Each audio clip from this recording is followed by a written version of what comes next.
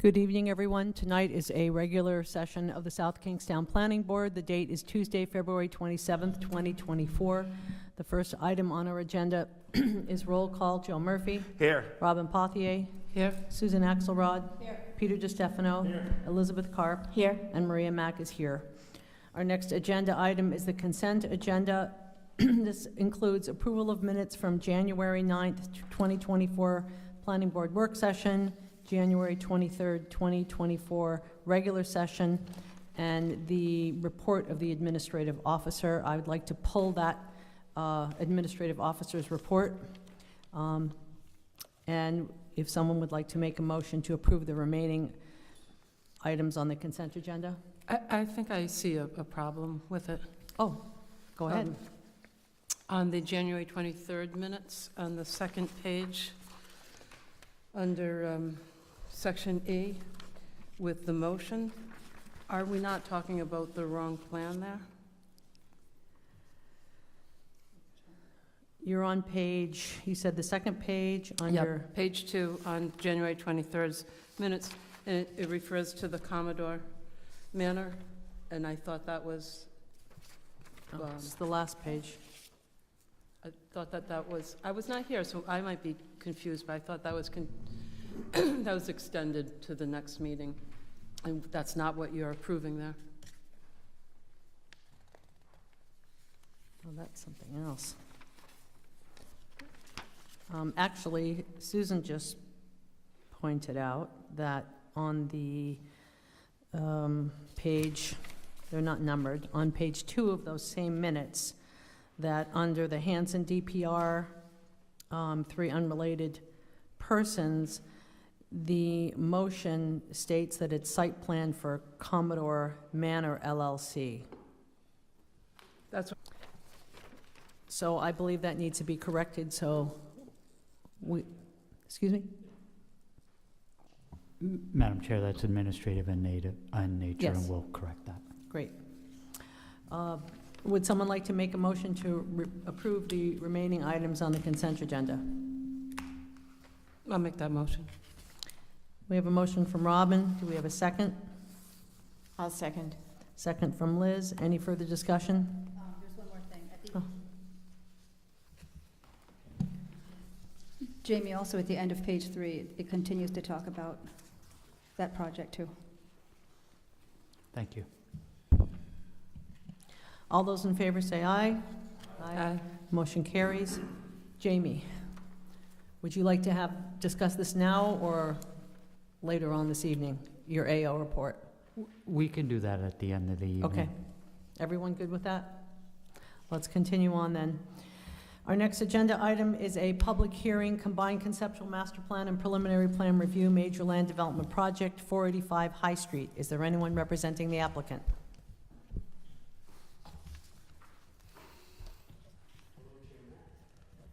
Can you make sure your mic is turned on? Hello, Chair Mack and members of the board. Good to see you all tonight.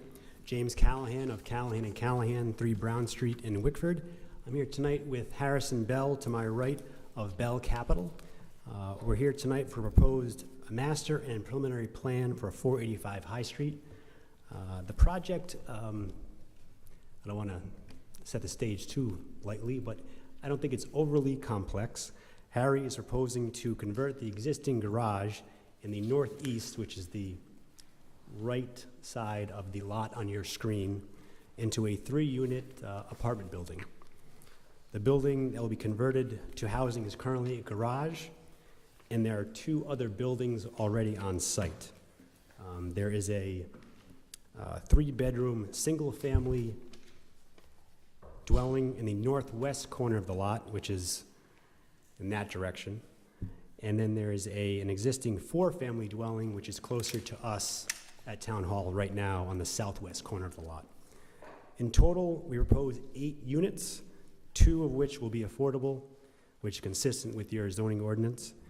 And notably, due to the size of the lot, Harry could have sought more density. The yield could have been, according to the staff report, up to 14 units with inclusionary bonuses, but he's limited the development to 8 units, which I think is a wise move relative to the site. Notably, the project only includes 3 new units, 2 of which will be affordable. One of the affordable units will be located on the first floor of the existing 4-unit dwelling, which is to the bottom of your screen, or the left. And then one other affordable unit will be on the first floor of the garage space to your right. We're requesting 2 waivers. Landscaping for less landscaping in the parking area due to the size of the parking area and the lot, and a waiver for open space, which you requested, but I don't think we actually need, because I think the requirement is 10%, and we have 11%. We just submitted that out of abundance of caution. Additionally, we would require a variance to locate dwellings on the first floor of the units in this zone, the CD zone. We received a letter, which is in your package or packet, from RIDOT indicating we will not need a physical alteration permit. They can use the existing driveway. We've also provided a letter from Affordable Housing from Narragansett, which will act as the monitoring agent for this project. And in regard to stormwater mitigation, we provided a letter from Patrick Freeman, the engineer, dated December 11th and December 19th, 2023, which indicates the project will not result in any peak runoff increases in rate or volume from pre-construction conditions. This will be achieved primarily through reducing the impervious area on site and by providing a permeable grass paver designed to capture and infiltrate stormwater. The entire impervious coverage will be actually reduced by 282 square feet. Overall, as noted in the letters, the runoff rates and volumes will be reduced compared to existing conditions. And the plan, at the request of staff, also includes a rain garden to the east on the lot, and the operations plan and maintenance of the grassy areas, permeable paver areas, and rain garden have all been included on plans, which is sheet 3 of 3. In the packet is also a photo entitled Southwest Rendering, and that shows the design of the architecture that Harry proposes to include on site. Overall, we think this is a positive project, especially with the inclusion of the affordable units, where previously there were none. There'll be 2 now. We've also reviewed the conditions of approval and have no objections or issues with the requirements. The only question we did have was as to condition 10 on page 7 of the report. I think it's a spell check issue. I think it says Holly Street rather than High Street. I think that's the main concern there. At this point, I would ask Harrison Bell to come up.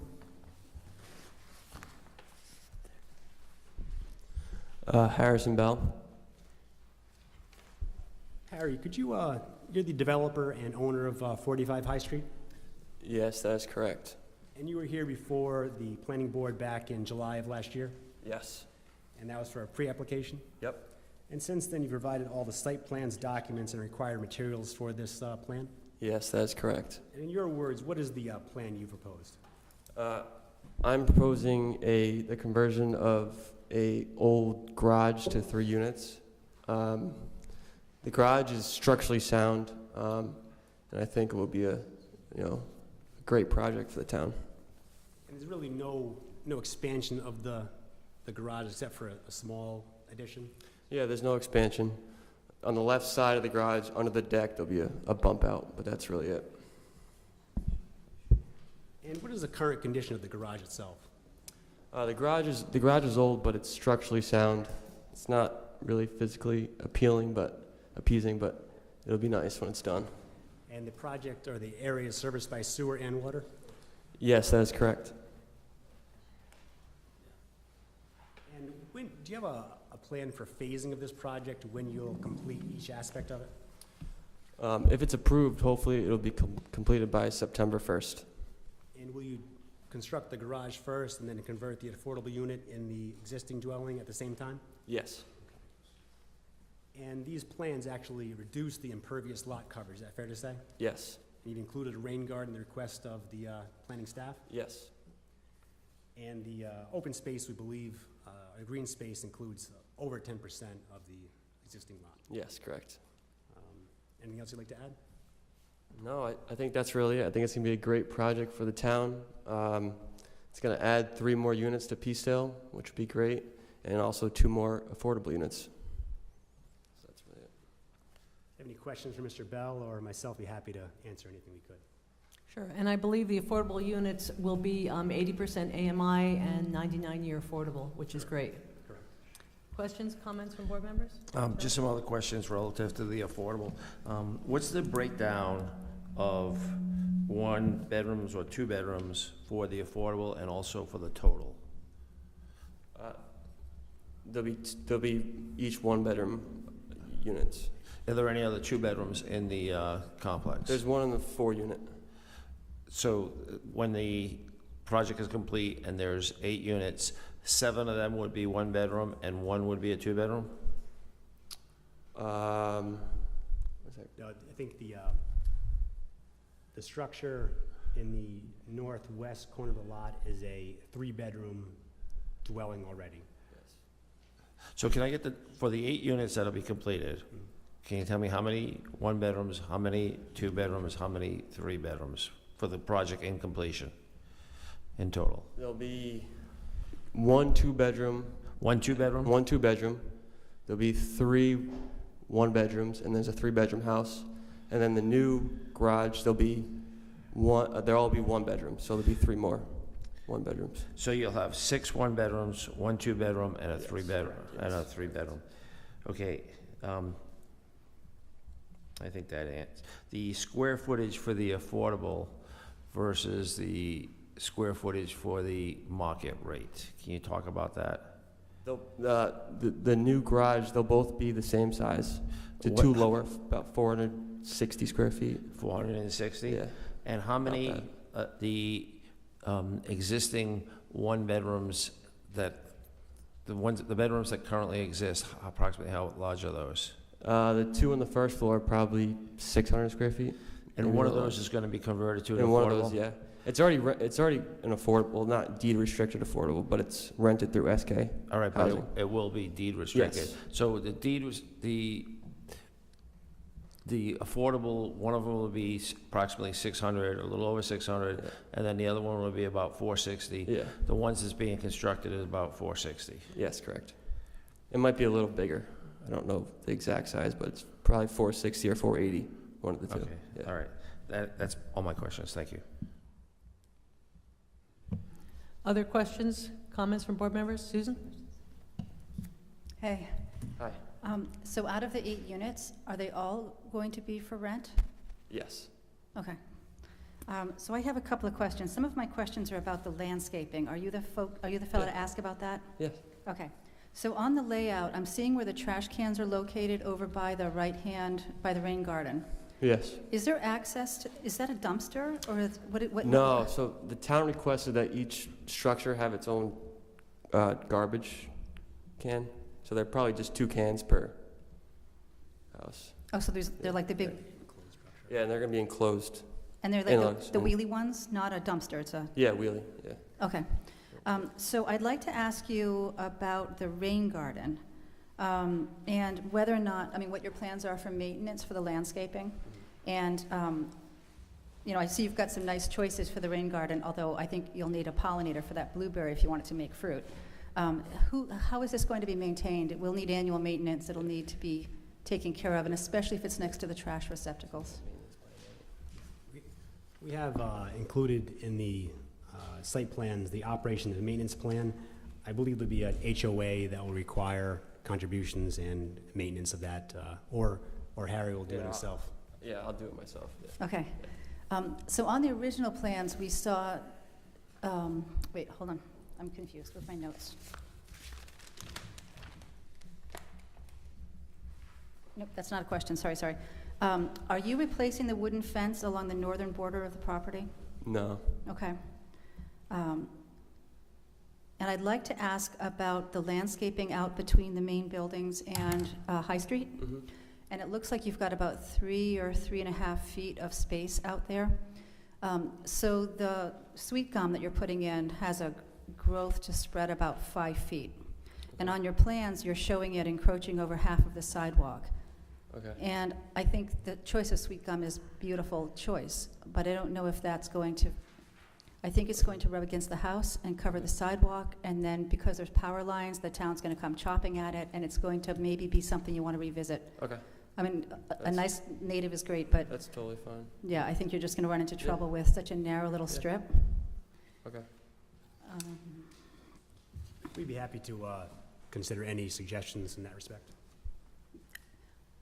I you like have the a spirit. suggestion? No, I don't. I like the spirit of a linear tree, and I would maybe say something like an ilex sky pencil, the hollies that go straight and Yeah. linear, that'll grow a little bit in the shade. And Perfect. That's a Yeah. shrub. yeah, but they grow tall, Yeah. but they won't hog the sidewalk. Yeah. Okay. That sounds good, yeah. Or you may want to just look for another street tree that is, Okay. that way you're That'll still fit in in that that spot, whole yeah. same mode Yeah. of street trees rather than Okay. shrub. And then one more question about the sidewalk. You have a row of evergreen shrubberies along that sidewalk. Right now, you have some low perennials, there's some hosta in there. Mhm.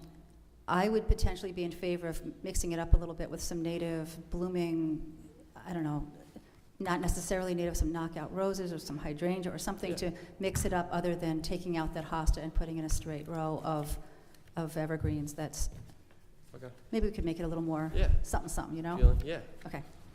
And I'd also like to just double check with staff on the math of the open space and how that works out.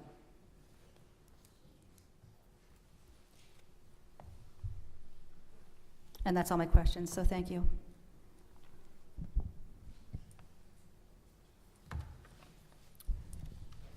Madam Chair, while Mr. Parker is contemplating the question on the open space, I just want to touch upon two things that may come up either from the public or in further discussion by the planning board. The applicant is showing 16 parking spaces, which is 2 for 1. But within the commercial downtown district, they're allowed a 50% reduction. So you do see, we'll say, an abnormal layout and a double stack, that in a scenario, if they were required to completely park 16 spaces, that double stack would not meet the regulatory requirements of a space, but they are compliant because they only need to provide 8, and in essence, from a code perspective, they have an additional 8 parking spaces. That's why we've made the determination that the double stack, which is non-traditional and potentially non-compliant from a regulatory standpoint if they needed a full count of 16. So we've been silent on that. The only other thing, and I've asked council to potentially weigh in, is there is a provision within the regulations with regards to separating distances between parking spaces and residential units in a multi-household development scenario. One of the setbacks is parking can be located within 15 feet of a residential building that has a front entrance. So the parking spaces by the garage potentially would be subject of a waiver. And then the spaces associated with the single-family home cannot be within 10 feet. And you're just slightly under that. And I believe you're compliant on the south side of the site with the double stack and the 10 feet. I guess your option would be to slightly modify the spaces or request a waiver. And if council has any further insight, I appreciate it. I think we'd be happy to modify. I think there's room, or we can request a waiver either way. I think the modification works better for our purposes as a condition. I think you, just in response to that, I think you can comply in the northwest corner. I'm not sure you can provide, in essence, another 10 feet in front of the existing garage conversion. You have about 5 now. You would need to pick up another 10. Again, the implications of being less than 15, the impacts are completely associated with your proposed development. They're internal to the site. Do you mean So, 15 feet or 15 spaces? 15 feet. And also, just for reference, I think you mentioned we are 8 spaces above the requirement, Correct. so we could take away 3, 2, or 4, or 8. Yeah, again, there's the code compliance side with regards to number of spaces, and then there's the reality of the success of your client to be able to park his development. Even though one bedrooms may have one car, one bedrooms also in some instances have two, and you occasionally have guests. So, staff does not have an issue with the request for a waiver. We'd make that request. Thank you.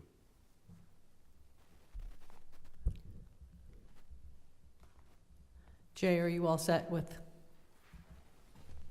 Yeah, in regards to the open space, there's approximately 1,892 square feet of open space proposed between 3 different areas. That is more than the 10%. It's roughly 11 or 12 change. Thank you.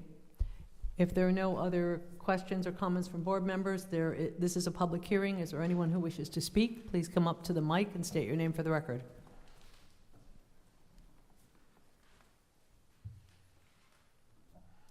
Hearing none, would someone like to make a motion to close the public hearing? Madam Chair, just before you close that, could we just seek clarity that it's the intent of the applicant to request a waiver of the Yes, parking setbacks? I believe that Yes, was the request. we would. Thank you.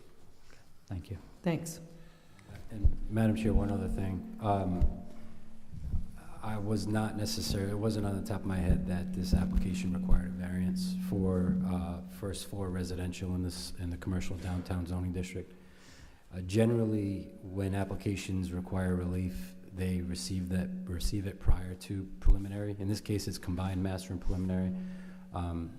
So staff would suggest that we condition the approval, add an additional condition that the variance is granted prior to application for final plan approval.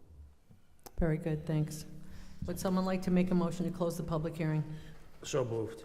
We have a motion from Joe. Do we have a second? Second from Peter. Any further discussion? All those in favor say aye. Aye. Motion carries. So we have a draft motion that begins on page 5 with some additional corrections. There is one typo on conditions of approval, item number 10, that should say High Street, not Holly Street. And Jamie, would you like to articulate the additional considerations as discussed? Certainly. If you keep your mic on the same time as someone else, you get feedback.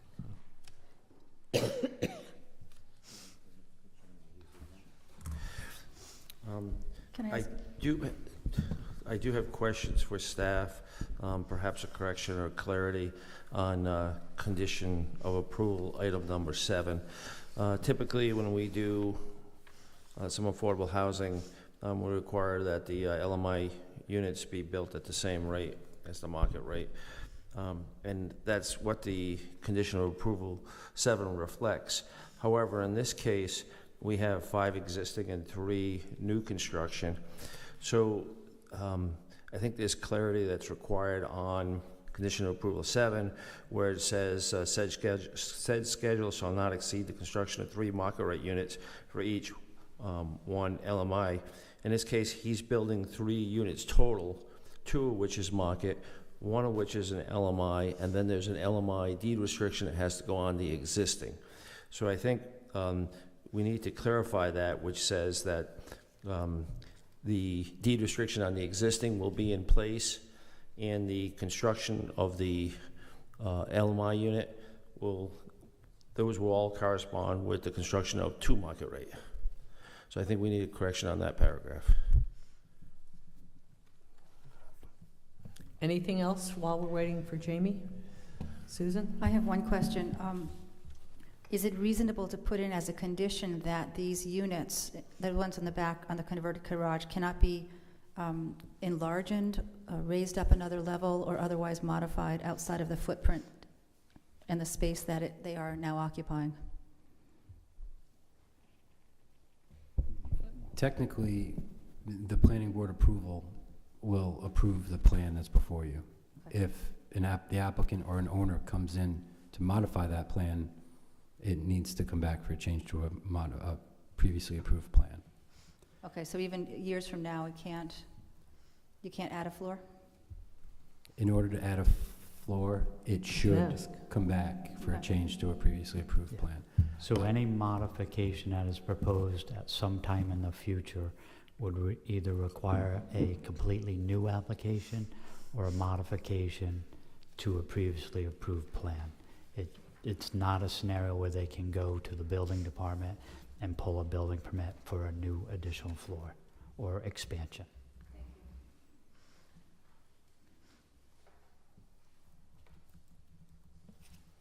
Anything else while we're waiting for Jamie's verbiage? And just bear with me, I just have to review the waiver provisions. Right. So you'll be adding something to findings of fact waivers as well as to the conditions?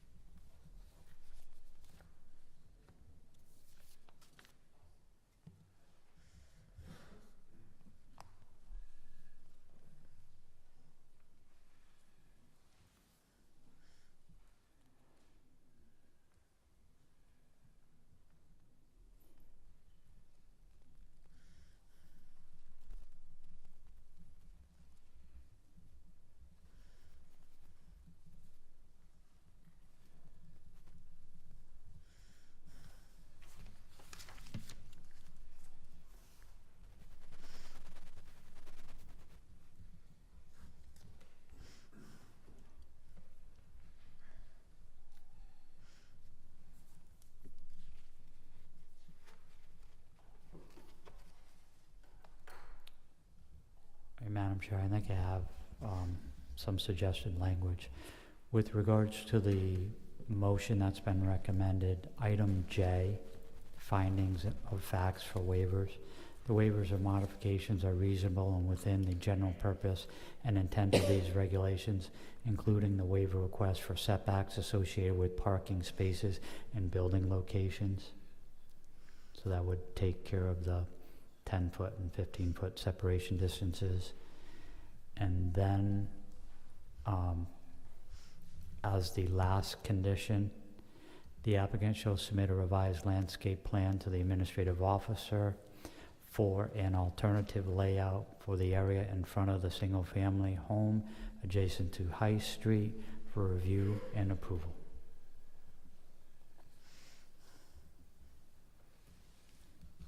Sounds good. Anything else from anyone? Just that number 7. Yes, and Joe's language for number 7, just clarifying the order of construction.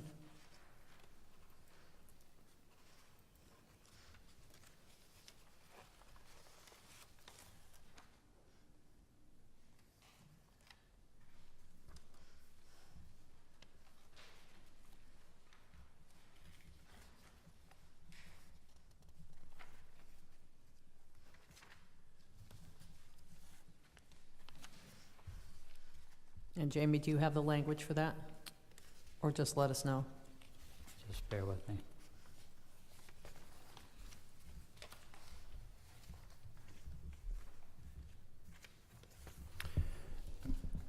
Madam Chair, perhaps what may be appropriate is requiring the applicant to get the deed restriction on the existing unit in place first prior to applying for. See, it's not applying for the building permit, it's actually issuance of the certificate of occupancy, so that they are required to get the deed restriction imposed on the existing unit in order to construct the next market rate unit. And prior to the construction of the last market rate unit, they would need to construct the last restricted unit. If that makes any sense. You okay with that? I think I lost you. Jay, give me a moment. Yeah. Not that we're trying to complicate things. Jamie's got it.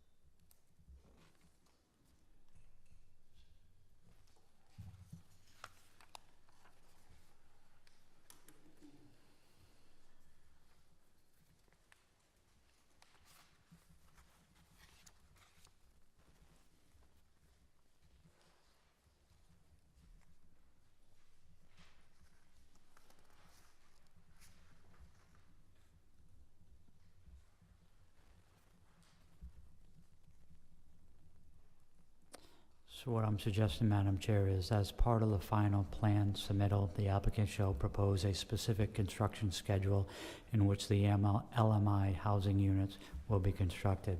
The applicant shall record a deed restriction associated with the AMI unit in the existing southerly building, and upon recording, may proceed with the proportional construction of the market rate and AMI units in the new renovated building. What do you mean by construction schedule? So they need to provide a construction Order. schedule, and then the COs would be released upon that construction schedule. That could be pretty vague. I'm just trying to understand what you mean by that. Do you need to know when the drywall's going in, or do you need to know when they're gonna build what unit? That's what it is. It refers to the order in which the So the affordable order, units. it's really, and let me add that.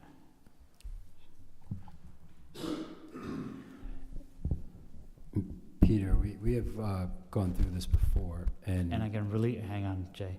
So I'll reread the section. The applicant shall record a deed restriction associated with the AMI unit in the existing southerly building, and upon recording may proceed with the proportionate construction of market rate and AMI units in the newly renovated building, and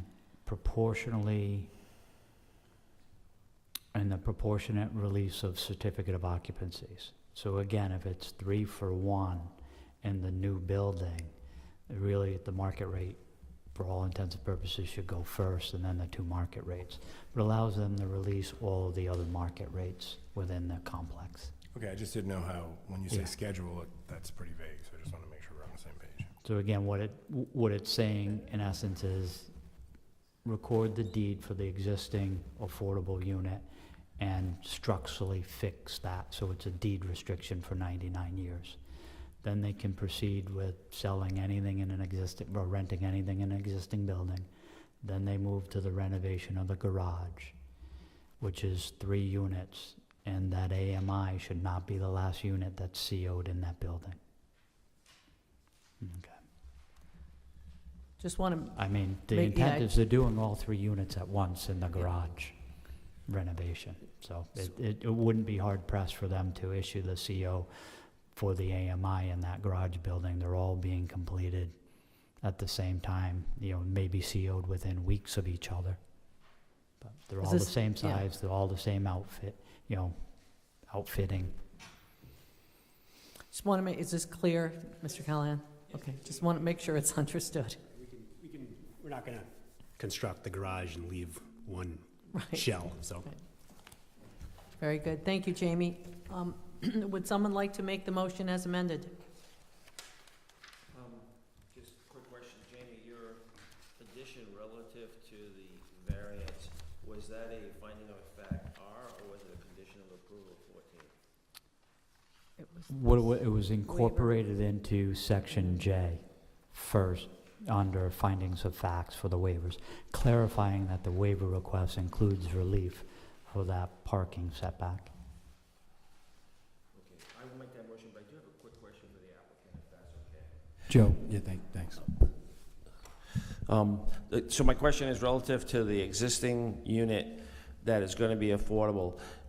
There's a overlap between Section 8 and affordable, but not a perfect overlap. Have you coordinated that with both the South Kingstown Housing Authority for the Section 8 and the Narragansett Housing Authority for the LMI to ensure that you could do an orderly transfer with the existing tenant without breaking a lease?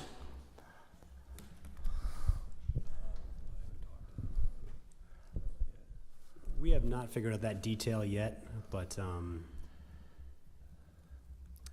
sure is something we can address with both Narragansett Housing and South Kingston Housing Authority at a parallel track. We don't want anybody to lose their housing.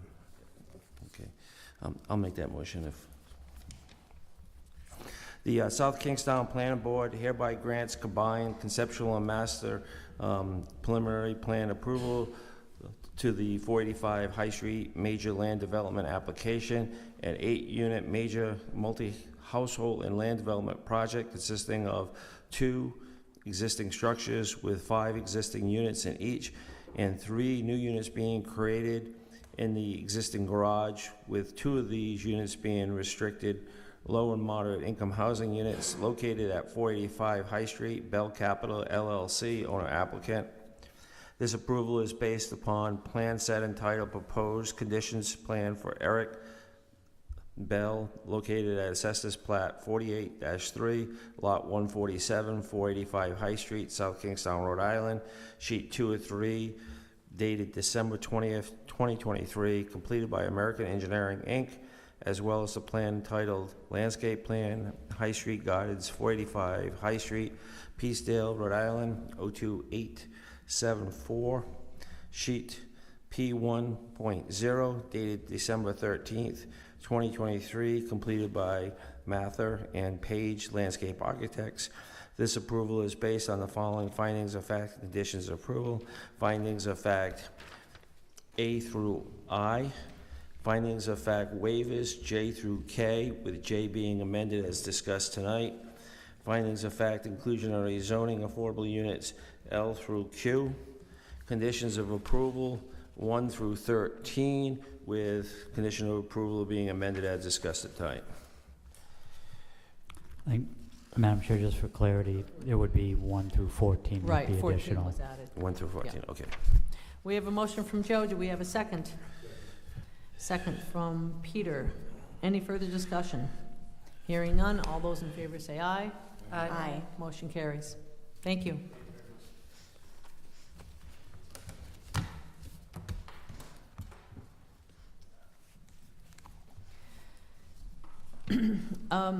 Our next agenda item is a pre-application concept review, major land development project, McCrory. And just for those folks in the audience this evening, a pre-application is an informal, conversational, in nature, that anticipates sharing and discussion of project concepts.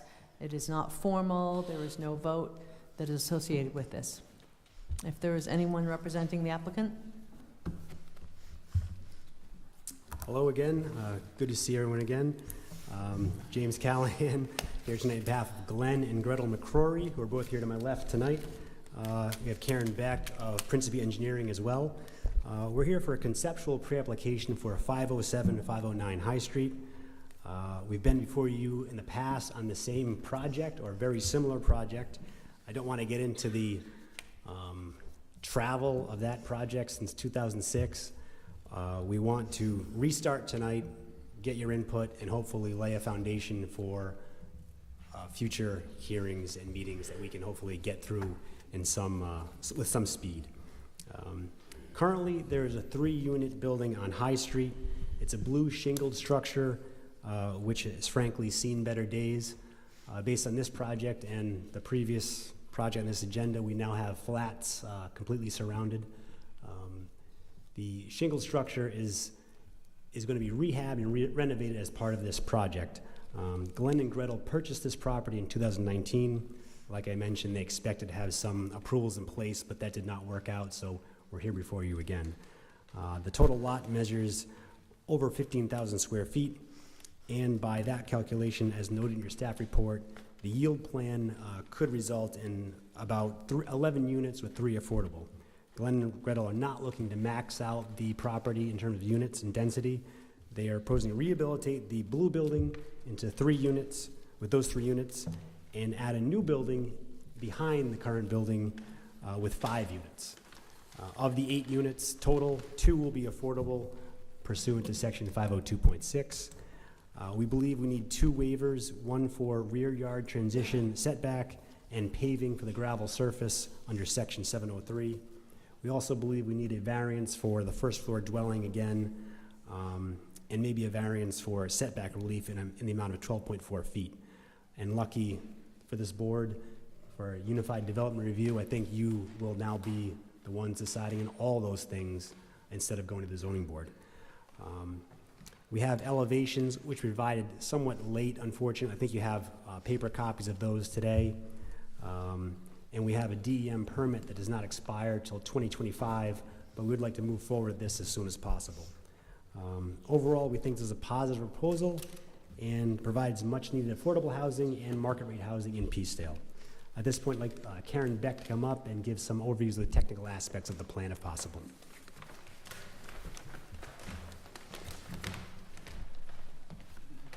You just want me to- Okay. Good evening. My name is Karen Beck. I'm a registered landscape architect with Principe Company. As you may or may not be aware, this project has been in the works for quite some time. It had previously received master plan approval, and they went forward to get their state permits, such as the DEM freshwater wetlands permit. They did receive that.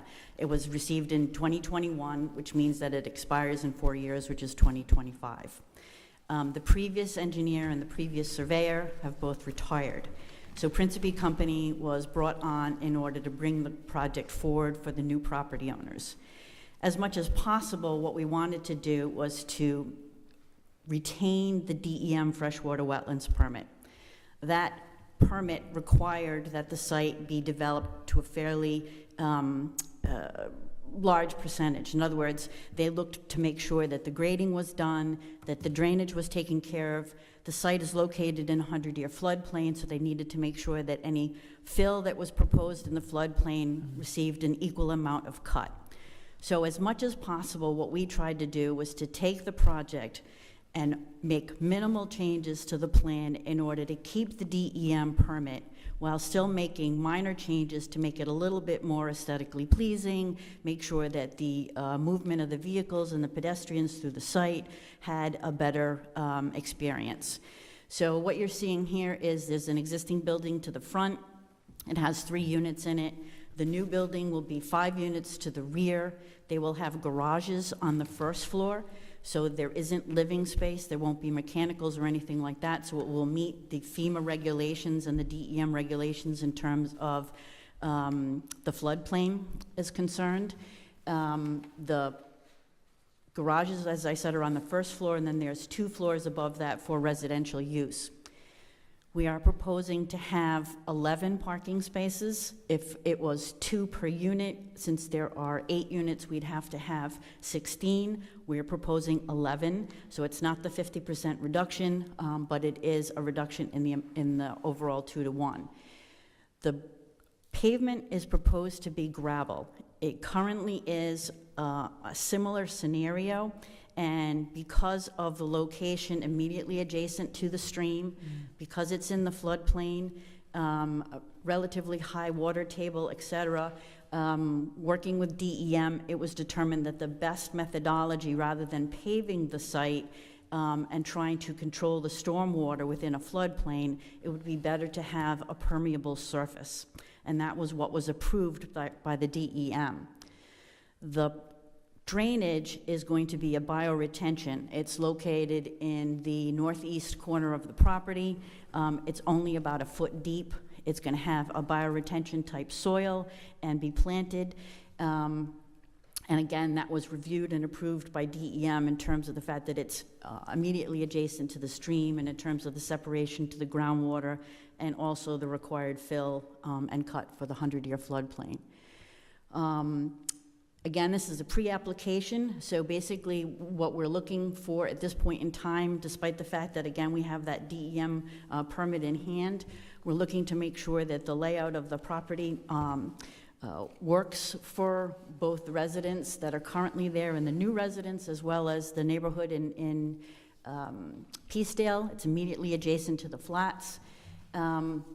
The building will be tucked behind the existing building, so it's not going to be exceptionally visible from the street. There's existing parking already there, and the open space that we're looking at is approximately 41%, which includes the area between the existing building and the new building, to the rear, to the side, the bioretention basin, and some open space between the existing building and the roadway and the parking and the stream. So again, about 41% of open space, but the property is located in very close proximity to the bike path and to the library and Old Mountain Field, and it's really well situated for the residents to access the amenities in the town of South Kingstown and Peacedale in particular. If you have any questions, I'd be happy to answer them. Thank you. We did receive a packet this evening with some photos. I don't know if you would like to elaborate on that, or if you have someone else that's going to talk about that. Also had a question relative to the floodplain and DEM. I know that in the past, we've been told that DEM considers gravel impervious. So how does that all work with this project? Right, so because of the type of soil that it's located on, it's a B soil, which means it's got a fairly good infiltration rate.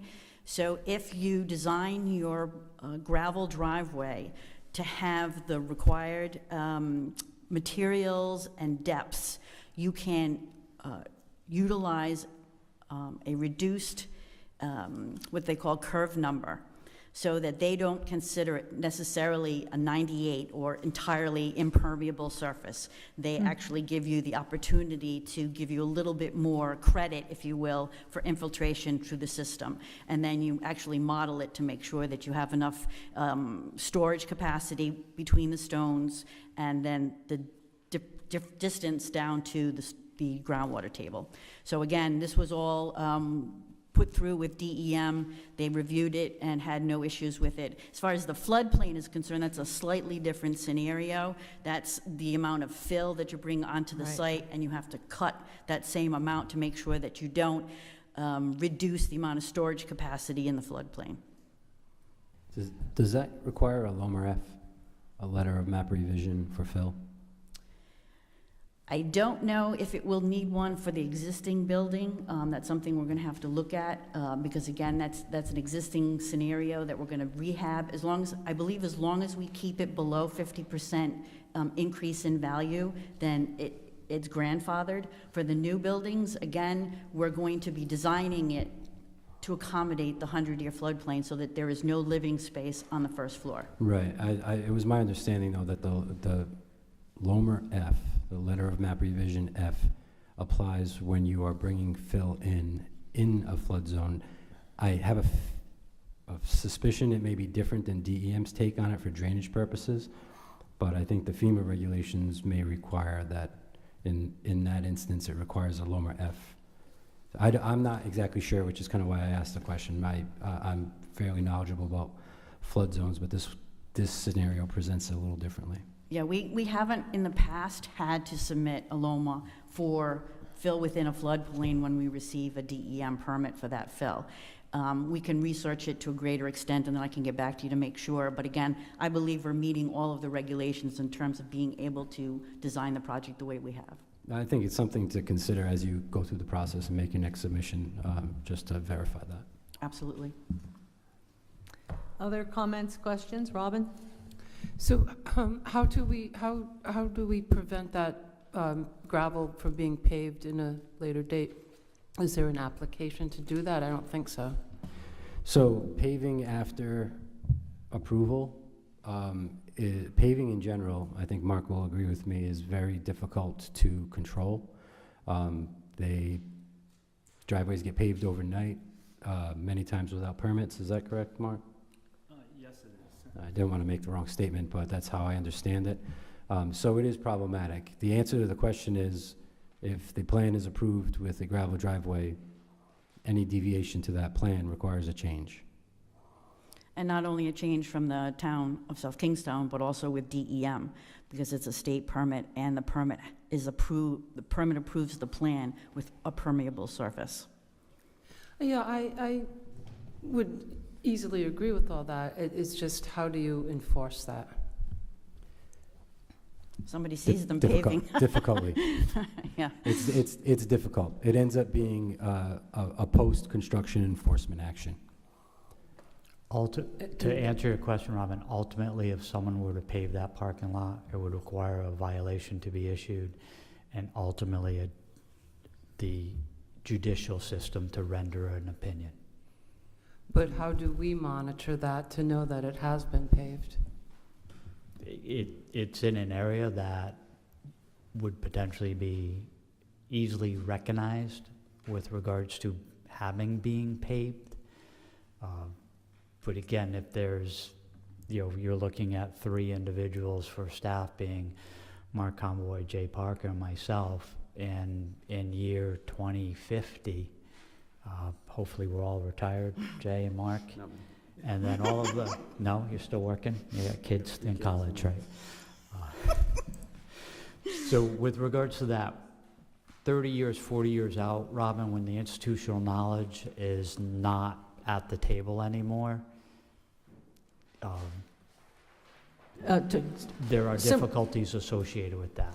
And again, the applicant has said they went to DEM and they approved gravel. What I didn't hear is that they denied pavers or some other alternative to a surface treatment. I just heard that they approved gravel because that's what they applied for. So somewhat similar question to Robin's is there any specific type of maintenance that should occur to ensure that the infiltration remains viable going forward? Yes, there's what's called an operation and maintenance plan that had to be submitted to DEM, and it quantifies how often and what type of maintenance has to be done, and that's needs to be followed. And what happens basically is if it obviously starts to pond and there's issues in terms of seeing that it's not working or functioning properly due to the maintenance schedule, then they have to redo it. Thanks. Other comments, questions? Susan? Hi, I have a couple questions. So is this gravel your run-of-the-mill gravel, or is this like is that a catch-all term for crushed oyster shell or pea No. stone or No, it's not. bluestone or? No, it's washed, crushed. There's a specific diameter that it has to meet. There has to be a certain percentage of open space. 33% is what's acceptable. It's about 3 inches in depth, and then there's another type of stone that's below that, about 9 inches in depth. Again, it's very, very specific in order to make sure that we meet the standards that DEM accepted us for having a permeable surface. Okay, thank you. Mhm. And then I have another quick question. On the far right-hand side of the project, you have some parking areas and some roof line there, and it appears that the topography drops off down to that stream to the east. Do you have anything there to prevent runoff from the gravel parking lot and the rooftops from running down that hillside into the stream? The roofs will have downspouts, and the downspouts are directed directly to the bioretention basin. Okay. So the parking lot, will the parking lot runoff not run off of the east side of that property down to the stream? No, again, the impact of using the permeable surfaces is that it will infiltrate as the rain falls on it and does not run across it. And what rate of rain would that infiltration happen before runoff starts to become a problem? Like, I mean, I think water pools on gravel. You've got your snow storage back there. I'm just concerned about the stream to the east of the property. Again, this was reviewed by DEM to make sure that we were not going to increase any erosion or sediments into that stream. That was definitely paid attention to. We had to ensure that for the 1, the 10, and the 100-year storm event, that we reduce the amount of runoff from the site, which is basically towards the stream. That's the receptor, if you will. So for the 1, the 10, and the 100-year storm events, we're proving that we're reducing the stormwater flow to that stream. Okay. And they didn't request any sort of vegetation? Is that, I assume that's lawn that drops off down to that stream to the east? Like what? I don't know where the edge of the pavement, or sorry. And the stream is not Gravel. actually to the east, it's to the north. There's wetland to the east, and it's not really a very steep slope. It will be landscaped in terms of vegetation and lawn. There's lawn between the parking and the stream to the northwest, and then in the northeast, between the bioretention area and the stream channel, there's some existing vegetation, but then we also were requested by DEM to put in some evergreens, which is shown on the plan. Okay. And the bioretention area will be planted. And at this point, you have a row of boulders along that parking area? That was what was submitted to DEM, and again, we were trying to minimize the changes that were made to them. However, There is also the possibility of putting in a split rail fence, something a little bit more aesthetically pleasing. As long as I believe it's not a physical barrier for wildlife, it has to be open. So basically, I believe the renderings that we have available show the option of a split rail fence as opposed to boulders, though right now we're showing boulders on the site plan just because that was what was approved by DEM, and we're still at the pre-application stage. Okay. Thank you. Mhm. Other comments or questions? Joe?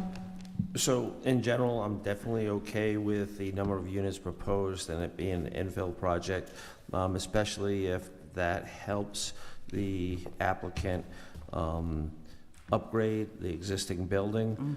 Some of the concerns I'd have is that the affordable, that both affordable do not go into the existing, that at least one go into the new as well as one in the existing. But my bigger concern is the impacts to the neighboring stream. So I'm aware of DEM's requirements and making sure that the post is no higher than the pre. But considering that it's an existing gravel, that doesn't seem to be a very high bar to meet. I'm not sure who's doing the engineering, but I would want to ensure that the first flush is hopefully totally captured on the site or somehow pre-treated prior to entering the stream. And also, this may be one where I think possibly the board should consider some type of peer review to make sure that we're employing best management practices to treat that water. I have apartment buildings, and I can tell you that leaking cars is definitely a problem when you have tenants. And we're going to be going from 3 units to 8 units. We're going to more than double the amount of vehicles right next to a water supply. So as you go forward, I know that the first flush, as well as the engineering calculations and ensuring that we're employing BMPs is going to be my concern. The DEM does require that the proposed stormwater management plan, which was submitted and approved by them, treats the first flush, which is the water quality volume, as well as the recharge volume. So we do meet that, and it was reviewed and approved by DEM. Madam Chair? Yes. Mayor? Karen, are you an engineer? I am not an engineer. Okay, thank you. Mark, do you have anything, although this is pre-application, early stage, anything from DPS at first glance on this project? No, my concerns were mainly the floodplains and the stormwater. However, I was just going through the DEM approval, and I didn't see any, I haven't received any sort of calculations to review in that regard. So I would We can appreciate certainly a copy submit of them. those at some point. Again, this is a pre-app, so all the discussion can be considered at the next application. Anything else? Go ahead, Susan. So I'm looking at the photographs, and I wish I'd had a little bit of time to look them over before tonight's meeting, but it looks like you have one large gravel space for parking without being lined, and that's great, but I think that some inconsiderate neighbors may not adhere to your proposed parking spaces in these lots. And so I don't know what the solution to that is, but you've just got folks parking along the fence and folks parking over there along the fence. I don't know if in practicality you will have 6 parking spaces along the northern edge of the property. And I don't know how to solve that problem, except that that looks great as long as everyone stays within their lane. It's easy to Literally. Yeah. It's easy to delineate parking spaces within a gravel parking area by using cobbles that can be painted or just a different texture or different color, etc. So we can delineate the parking spaces to make it very clear where their parking spaces are. Okay. Madam Chair, if I may expand upon that. Again, Jamie Rabbit, Planning Director. Just with regards to parking layout and turning movements, 10 by 20 spaces are not standard parallel parking spaces. They're deficient in size. I would implore you to look at the ITE manual or any transportation manual with regards to what's required to park a car in a parallel parking space. But I can assure you it's not 10 by 20. The second aspect is I would ask you when you submit to submit turning templates and show me how a car can, or not me, but show the planning board how a car can exit the proposed garage spaces in a 24-foot aisle without hitting or crossing the parking spaces that are undersized adjacent to it on the northeast corner of the lot. Because a turning radius for a passenger vehicle requires 25.6 feet. I could be mistaken, but you can't do that in 24. You'd hit that car that's parked in that parallel space that you actually can't get into unless everybody is driving a smaller than standard size car. A standard parallel parking space is 12 feet by 22 feet. So we're 2 feet short on one direction and 2 feet short on the other. We can make sure that we increase the sizes if you're concerned about that. But we do believe that a 10 by 20 is acceptable for the majority of vehicles that will be parking there. And we will provide you with a turning radius in order to make sure that you're clear that we do have the required turning radii for the vehicles that will be using the space. So again, I would say if you know what the standard is, why would you submit something that isn't standard? Again, for the most part, we were trying to keep what was submitted and approved by DEM, modifying it slightly to a degree that we felt was reasonable. I would implore you to show a parking plan that can park a car, a standard car, according to a standard dimension, as well as standard turning movements that are generally acceptable throughout the transportation industry. We will provide that to you at preliminary. Thank you. I think as we're The seeing... other aspect, I just have one more. Also, Go ahead. the fifth unit, or the southeasterly most unit, shouldn't that, I don't know how you back out of that. Because unless you're backing out left all the way to High Street, don't you need to back out and turn towards the southeast or northeast? We will provide you with the turning radii for the Okay. project. That would be appreciated, Karen. Thank you. I think as we're seeing more infill projects, the internal circulation and parking is becoming more important than your typical subdivision. Mm-hmm. Other comments, questions? Susan? No, I don't have anything else, other than we have a request for to combine stages of review once we're finished. And I do believe that the property owners are available to answer questions, and if you could go over the renderings that have been provided for the building Great. as well. Thank you. No, all right. If they would like to come up and chat with us a little bit about the... Hi, Gretel McCrory. And Glenn McCrory. So we submitted those renderings so you can see what our final vision is for the project. We did purchase this in 2019. We were under the impression that approvals were already in place, went down that road. Here we are today. We've done a lot of the work already, as you can see, so we're just trying to get feedback today from all of you, which is appreciated. If you have questions about the property, the tenants, we're more than happy to answer. Can you, well, you don't have these images digitally, correct? No, we would just receive those Yes. lately. I think perhaps if just the McCrearys could just walk through kind of their development analysis. Sure. We won't IT will get very upset with us. Oh, Yeah, we can't use thumb drives. thank you, though. Yeah, Did so, email I mean, them, yeah. I think just generally speaking, it shows all the different views of the property. Mhm. We wanted to show that kind of how it is, a nice spacing between the buildings. It was nicely laid out, and also kind of show the significant visual improvement that this would also create as well for the area.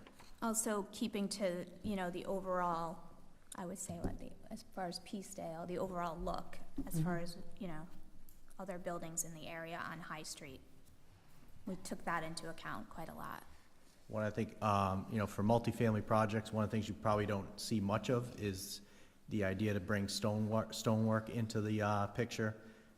Some of the stuff is a little nicer than you typically would see in a multifamily, but that was something trying to at least show the, you know, the Peacedale Mill, kind of that kind of stonework. The renderings aren't perfect, but that's the idea behind some of that visual stuff, and kind of give a nice kind of homey feel to the property as well.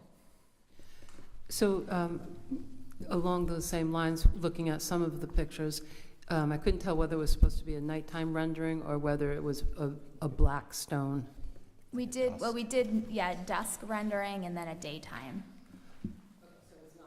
No, it's just dusk. And I think you said these aren't to scale, because the children look very tiny. No, it's supposed to be. Yeah. Americans are getting shorter and wider. Anything else? I have another question. So I realize it's a little early in the process to talk about the architecture, but because the buildings are so large, and they will be visible from all the different they are larger than the other buildings in the neighborhood. I think while you're doing your architecture, I would ask that you look at the back side of the building and the other side of the building, and make sure that the neighbors from all the directions see an attractive facade, and not a wall of, you know, a wall of shingles with a window on the side. Like, I guess I would like, because it's so much higher than other buildings, to have it be attractive from every angle. Maybe not so much the woods behind it, but at least from the property next door. Yeah, so I think behind us is the Flats parking lot. Then there's a multi up above on the hill, kind of, and then the condos, or not condos, I don't know what that is. I think it's an elderly facility up on the hill. Is that Champagne Heights? No, it's, On the other side. yeah. Oh. But we don't have any, like, Brook Edge. direct neighbors. Then we have the stream with all brush. Yep. And then we have the Flats, literally their parking lot. So we don't really have direct. Yeah, across the street, we have a very large building. Yeah, it's taller than That's our building. significantly bigger than we're planning on building, but then there's, yeah, as far as long story short, we absolutely want it to be appealing from all four sides. Me too. Yeah, we do. I mean, yeah, we think it visually looks appealing. It'll be but here for 100 years. Yeah. So We hope so. Yeah, so, you know, it's nice to make it pretty from all the sides. Yeah, no, we definitely try to make all of our projects beautiful and appeasing to everybody. We do. And our tenants. I mean, the tenants that have been there, either we inherited them and they're still there, or we have new ones that are very happy and they don't want to leave. So we just want to make it a nice project for everyone. Will all of these units be for sale? No, we'll just rent. All of them? As well as the ones in the main house? Yes. Okay. Yep, they'll remain rentals. Yes, Jamie? Just as a follow-up, Oh, yeah. you know, we just want to state from a staff's perspective, we're trying to be as proactive as possible, work with the applicant in any regulatory manners that we can, so that you can achieve the best possible outcome that works from a regulatory standpoint and also a functional standpoint for your tenants. Yeah, we appreciate that. We do. And we want to keep the current tenants we have. We do, so. Thank you. On page 4, we have a draft motion for consideration of combining the stages of review. Would someone like to make that motion? Madam Chair, real quick, if Sure. I just may. This is a minor land development under the new regulations. Except for the UDR that's required for the variances, this normally, in the new age, would not come back to you, but because of UDR, it will. I just wanted to point that out as we start adapting to the new requirements, the new regulations, that projects like this would, I believe, go to TRC and would be approved by the administrative officer. But I just wanted to put that out there so everyone understands how applications like this will be processed in the future. Yes, and actually, to that end, I think it will be important moving forward. I was going to actually suggest this earlier on this evening, to clarify when the TRC is actually approving something versus advisory approval to the planning board. So we'll want to make that distinction. Would someone like to make a motion? Can I just clarify? We aren't approving this project. We are just simply No, no. approving the process. Yes. Okay. Combining the stages of review. Yes. I'll make that motion. We have a motion from Peter. Do we have a second? I'll second it. Second from Susan. Any further discussion? Hearing none. All those in favor say aye. Aye. Motion carries. Thank you. Thank you for your time. Thank you. Thank you very much.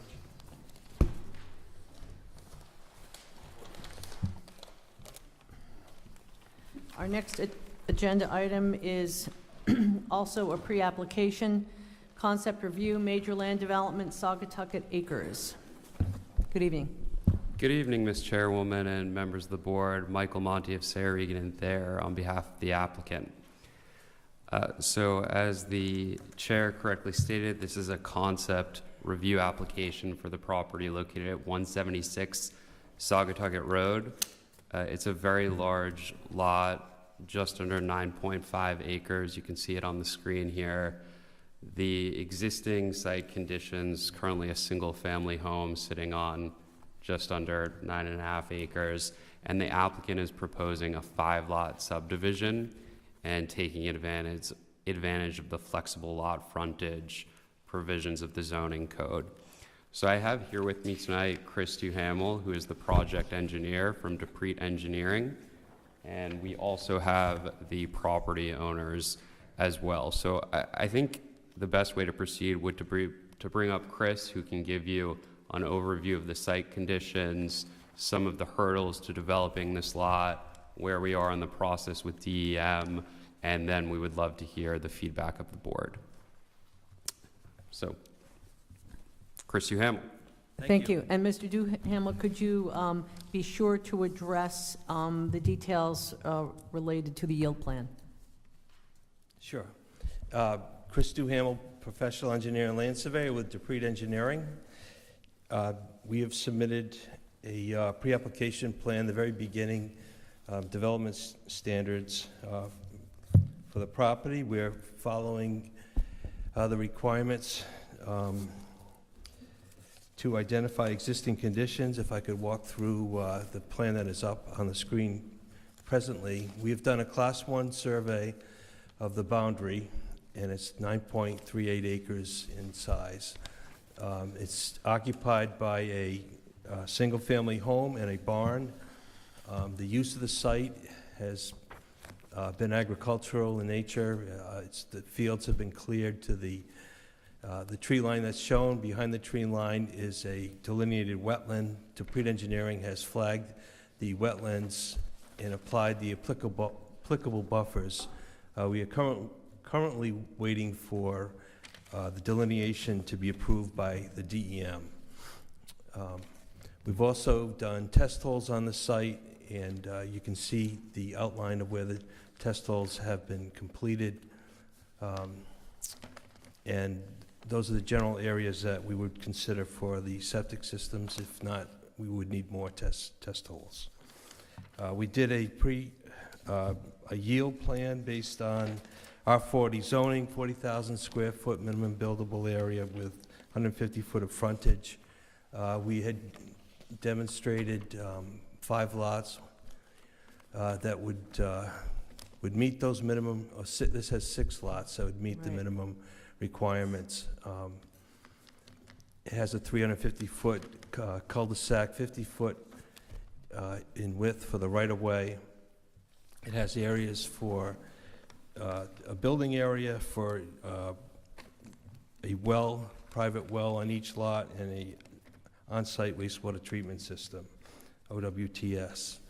So this was more or less to show that we had the area to build outside of the wetlands and meeting the current zoning.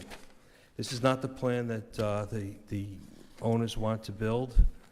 They would want to build a 5-lot development utilizing flexible zoning, reducing the road frontage from 150 feet to 20 feet, and this would allow for access on Saugatucket Road without having to build any any new right-of-way. We'd have a private driveway that would be reduced in length to about 310 feet. It would have a T turnaround for fire access. Each lot would have an area for OWTS and a private well.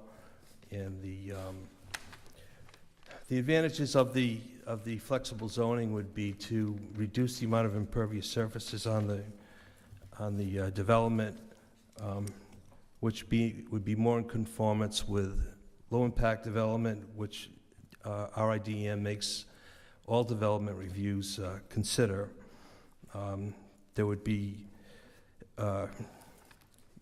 more areas that could possibly be reserved for conservation easement over the wetland areas. The drainage system would be reduced in size. There wouldn't be as much impervious area.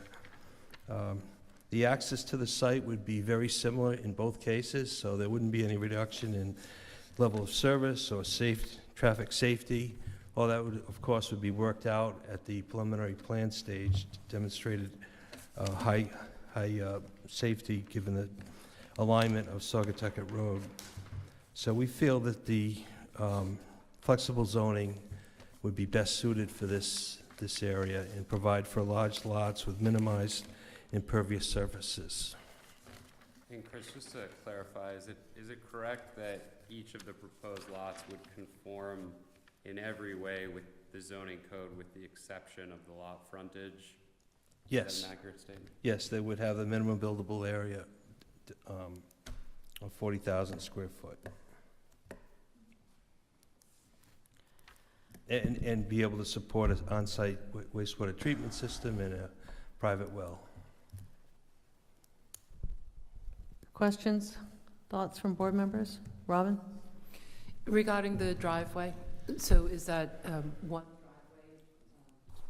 driveway shared, owned by all the lots? Yes, it tried to equal what would be built for the conventional yield plan.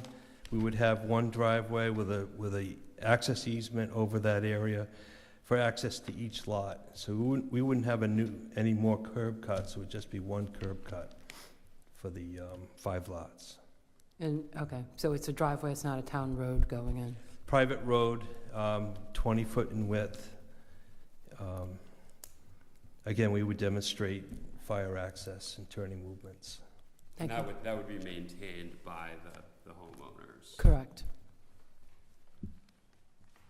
Can you explain how lots 4 and 5, how the building envelope would be able to fit within the setback? And also on lot 1, you have a building, presumably the existing barn, that is located halfway in and out of the setback. Sure, those are existing structures that the owners want to take out and rebuild the house, and certainly not build a barn in the setback. So the zoning setbacks would be met by the new construction. The plan shows the DEM jurisdiction of 100 feet from the wetland. That's not a protected buffer, that's just jurisdiction. You know, we will be required under other conditions to file with the DEM for stormwater permitting, for land disturbance. So this 100-foot is kind of a moot point. We're going to be filing anyways. It's just this is pre-application, obviously, but it appears that what you've shown as the building envelope is very close to the wetland and the drainage basin, but again, this is early on in the process. Yes, the drainage systems aren't really engineered. They're just shown as possible areas. The nomenclature has the freshwater wetlands delineated with triangles where the flags are. From there is either 75 feet or 25 feet from the isolated wetland. And then there's a 20-foot construction buffer to the buffer. And then there's a 100-foot jurisdiction shown, so that's the confusing lines that you see. Any other questions, Jay and Jamie? Yeah, And Liz? Oh, okay. Just for clarification, I think it was a little misconception. The driveway, that will not be a road coming in. That won't be a private road. It's actually a driveway that's shared between the property owners, so. Yes. And the second point I just wanted to make is, in my opinion, I'm not the administrative officer or the zoning official, but approving this plan with the barn and the location with the lot lines as shown would require dimensional variances. That lot line does not exist, and there's never been any relief granted for it, so by creating that situation, you would need to ask for it. It would be part of the Unified Development Review if it were to come back before you in that same manner. We're definitely taking it out, right, Anna? Joe? Yeah, the intent is, with respect to proposed lot 1, right now, it's still there, but if we do get approval and as this progresses, the plan is to create new construction on every lot. So it'll be an entirely new construction development. You're correct. I did not state to be raised. I should have done that, but if the condition of it isn't historic or anything. Madam Chair, I know Liz had. Liz, and then No, my Jamie. question was answered. I wanted to know if the existing barn and the existing house were going to remain. So, thank you. Jamie? Just, Mr. Duhamel, looking at your proposed layout, all the lots on the easterly side, as it relates to the house locations, on-site wastewater treatment, and the well locations, I guess from my perspective, it would help as you move forward to really show the type, style, and footprint of home you're gonna build. Okay. Because if lot 4, as an example, someone wants to push that house back and make it wider, and that well comes up to the front, you just potentially made lots 3 and 5 not buildable. If someone builds, a well up front on the corner of 5, you potentially made lot 4 unbuildable.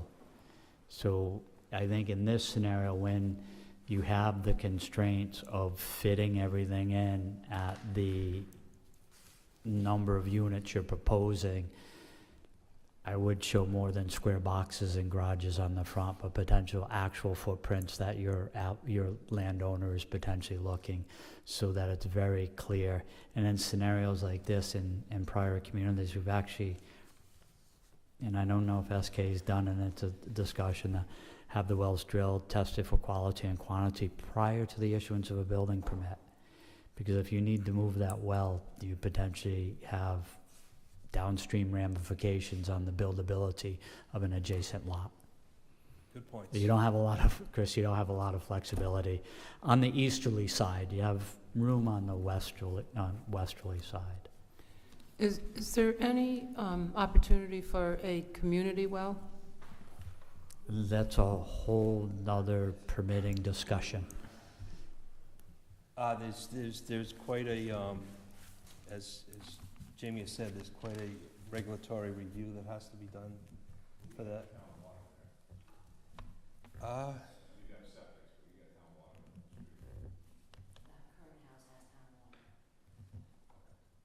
Okay.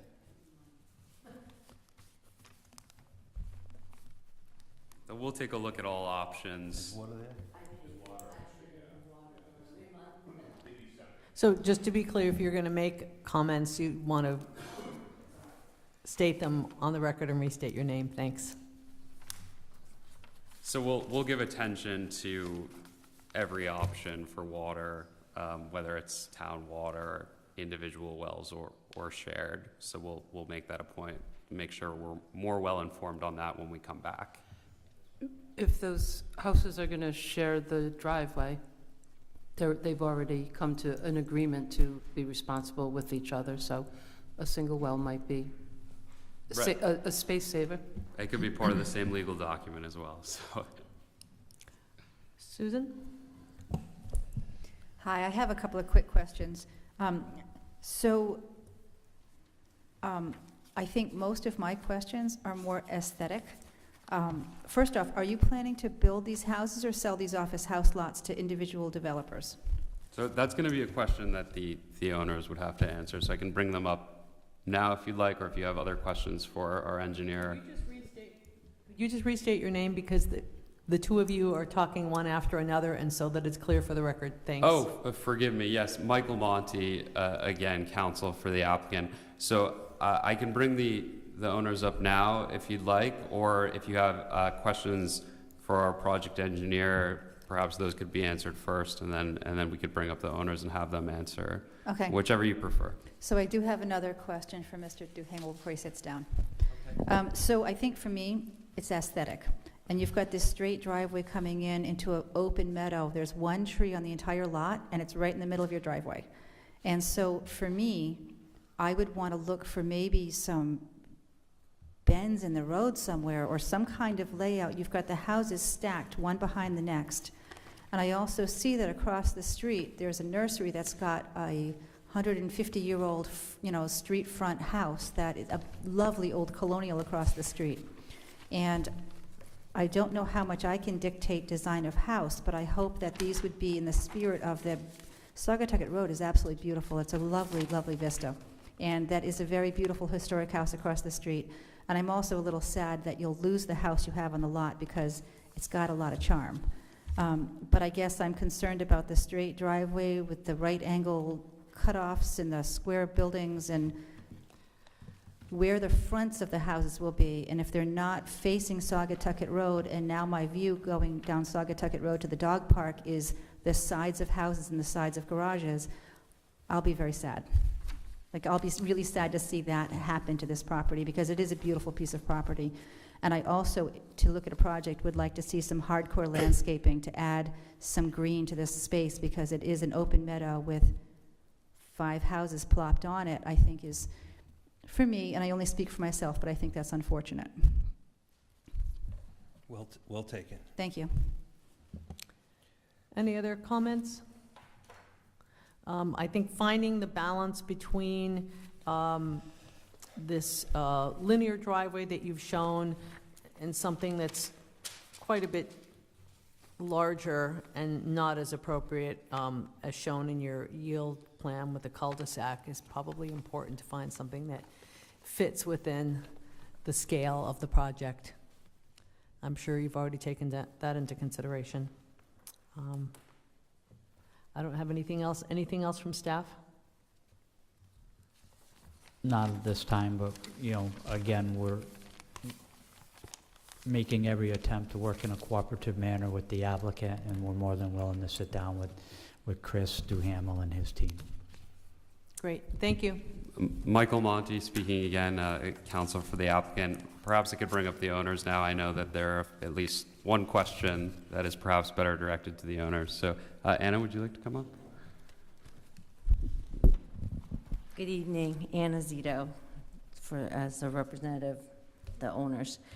Regarding your question about the houses, whether we'll sell or we'll rent, we have not decided yet if we're selling lots or built houses. We don't have a formal plan yet. We don't even have a style yet for the houses. Okay, thank you. You're welcome. Any other questions for the owners? Robin? Are you going to continue to own one of the lots and live there? No. We have the current house rented out to some renters right now. We're actually from Massachusetts. I have to say, although I don't know the condition of it, it's unfortunate to see another barn fall by the wayside. It's actually, Fewer and fewer of them. We've been told by the insurance company to raise it already, so. Any other questions? Thank you. Thank you. Let's continue on to our next agenda item, pre-application concept review, development plan review, advisory to zoning, People's Credit Union. Thanks. Hello again, James Callahan on behalf of People's Credit Union. Thank you for your time tonight. We're here on, again, a pre-app conceptual review. We are hoping our revised plans based on your input will be well received. And with that, we hope to be back before you before Unified Development Review very soon. As you know, we were here back in November. Peoples is seeking to relocate its existing operations from 150 Tower Hill Road in the parking lot of the Wakefield Mall facing McDonald's to 703 Kingstown Road, the site of Bobby G's Pub, or formerly Bobby G's Pub. Here tonight is Lynn Small of Northeast Engineers, as well as Benjamin Tallman, the head of facilities and security at Peoples, and William DeWitt, head of member delivery and marketing, and Kevin Porat of PW Campbell, their design and build firm for PCU. We were here back in November. We took in your comments. We have new plans, and we think they are an improvement based on your suggestions. We also had a post-Christmas, December 27th meeting with Jamie J. and Jamie, I believe, here in this room. So we hope that what we've presented tonight, or will present tonight, is better than what we had before and provides a better path for the future, for our future hearings. Notably, we no longer are seeking any variances or waivers, but we are going to need a special use permit for the drive-through lanes in the rear of the credit union. Overall, the main points of feedback received last time were parking, circulation, egress and ingress, and green space. Regarding parking, with these new plans, we've removed all but 2 spots, and those are handicap spots, at the front of the building. We've eliminated 6 other spots that were to the north of the handicap spots. So that has been replaced by green space. All those spots have been moved to the southern lot line. And in that, we've reduced the overall parking from 23 spots to 15, inclusive of the accessible handicap spots. We believe those staff suggestions and your suggestions help with drainage, impervious surface calculations, and reduce the reverse movement of cars parked that come into contact or in the circulation area at the entrance exit to the west. And regarding that entrance to the west, we've located that towards Old Mountain Field to the north at DOT's request. We've had verbal communication with them. They told us to move the driveway from the southern end of the lot to the northern end of the lot. At the same time, we have cut off the access that is the driveway where the former Clark Farms to the east, and I think it's Midas, where there was a 3-way intersection of that driveway. We have cut off that for all People's clients, customers, and employees. I know that's been a major concern for the town for a while, and with Clark Farm being out of business, it hasn't been that much of an issue, and with Bobby G's being out of business, it's not that much of an issue either, but we've taken that away entirely. I know we discussed easements and things like that, but it just didn't make much sense for us. This is more simple and safer and meets DOT approvals the way it's designed now. In addition, instead of a driveway to the north, we have vegetated green space along the border of the entire lot except for, I think, the driveway area.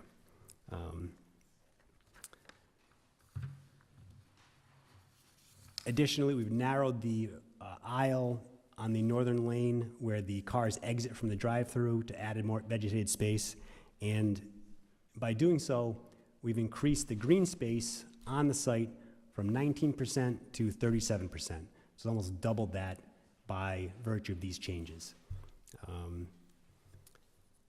Overall, we think this is a better layout, more attractive layout, and provides better sight lines for those on Kingstown Road, better access for People's clients, and more green space both in the front of the building and toward the Kingstown Road area and to the back, which abuts the former Clark Farms area, which again is in some sort of purchase and sale or something. We're not quite sure, but we decided to take that out of the equation and leave our site as it is internal so that we can have good circulation, green space, and accessibility. So with that, I'd ask Lynn Small to come up and talk about some technical details and answer any questions you may have.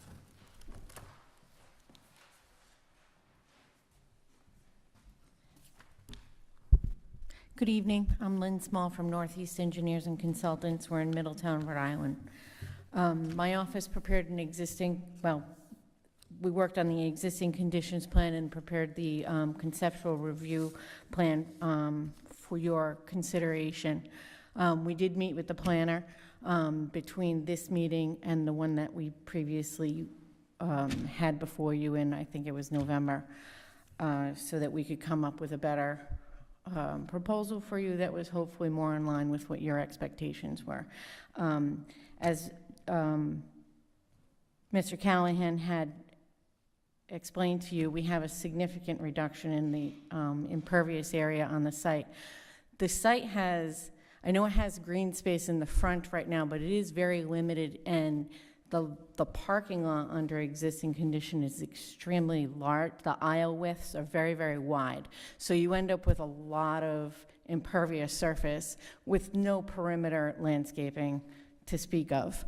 You do have that small green space in front of the building, but we feel that the proposed development is a more efficient design where we're actually providing safer circulation within the site by closing one of the existing curb cuts and realigning the new proposed curb cut in a better, safer circulating pattern for the state road that we're going to be accessing from and accessing to. By creating this more condensed pavement area and building area, we're actually able to reduce the impervious surface on this project. The existing site has no stormwater provisions whatsoever. We have catch basins on the site. They connect directly into the state road. So everything that drains on the site goes right into the system, goes right into the watershed. Under the proposed conditions, we're reducing your peak runoff just by the nature of increasing that green space. And then we're planning on providing water quality treatment on top of that. We do expect we will continue to maintain that connection into the state system, but we know it'll be a reduction in both your peak runoff volume, and it'll now be pre-treated and we'll have water quality treatment. So from that respect, the town should feel comfortable that they're getting a much better environmental project. From the curb cuts alone, fixing the one that is it doesn't meet any code as far as safety is concerned. So by closing our access to that overwhelmed curb cut is just an improvement in itself. But we're also relocating the curb cut that's closer to the intersection farther north so that we're reintroducing our traffic farther from that signalization, which will help with anybody going into that roadway, you know, when the light is turning red and things like that.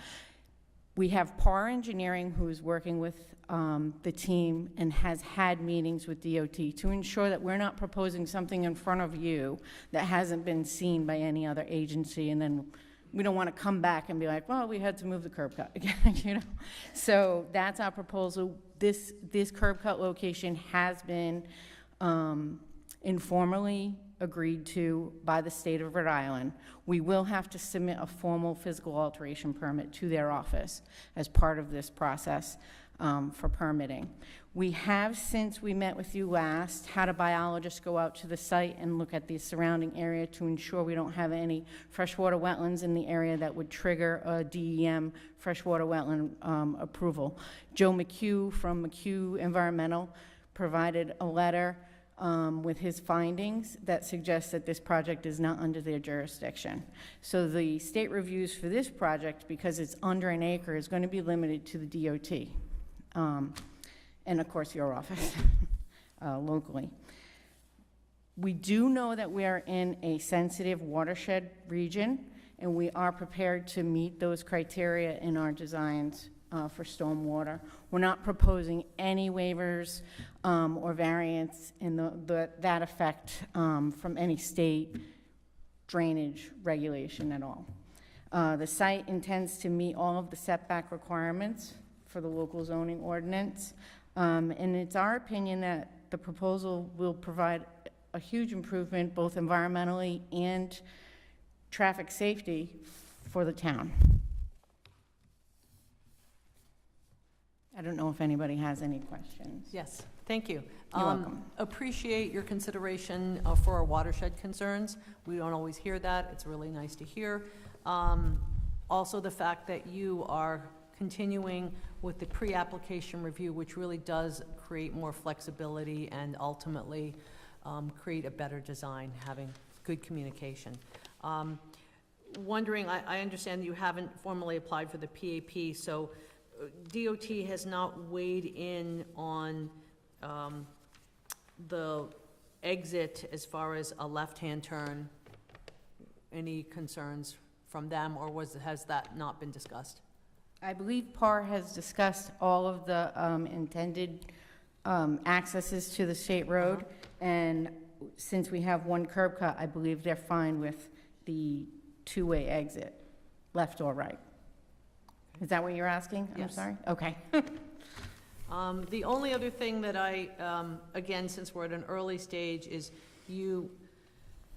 in order to really maximize the amount of green space, a couple of things that you might want to consider. You have the 2 handicap spaces that are along the frontage, and you might be able to move those directly along the, let's see, it would be the east side, and if you need a couple of extra spaces, fit them in somewhere in the back. South side. And you also have roof drains that appear adjacent to the main entry.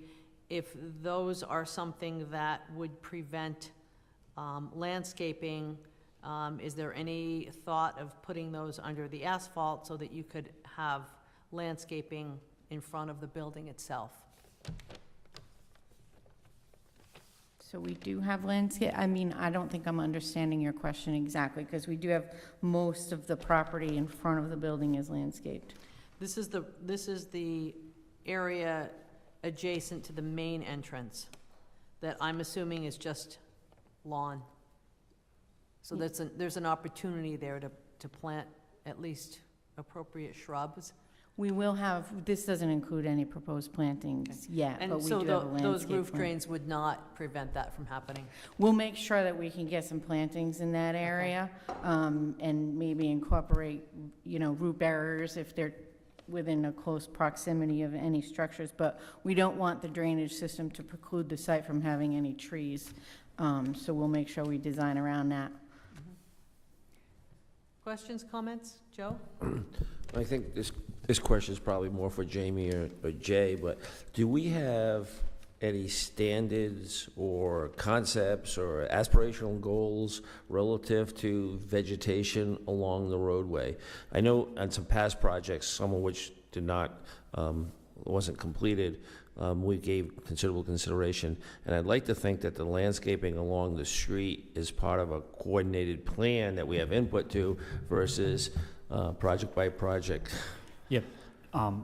Joe, Ms. Murphy, to answer your question with regards to that, we'll work with People's Bank on that, but I think commonality along that frontage, what we have to be conscientious of which side of the street the power line's on.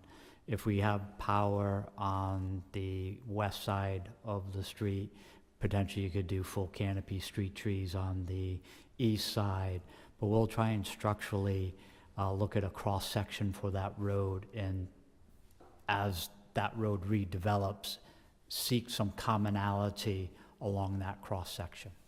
Whether we're lining street trees up 30, 40 feet on center from the property line over. And I have some renderings where I've populated their site with deciduous canopy or larger shade trees, because they have that opportunity now.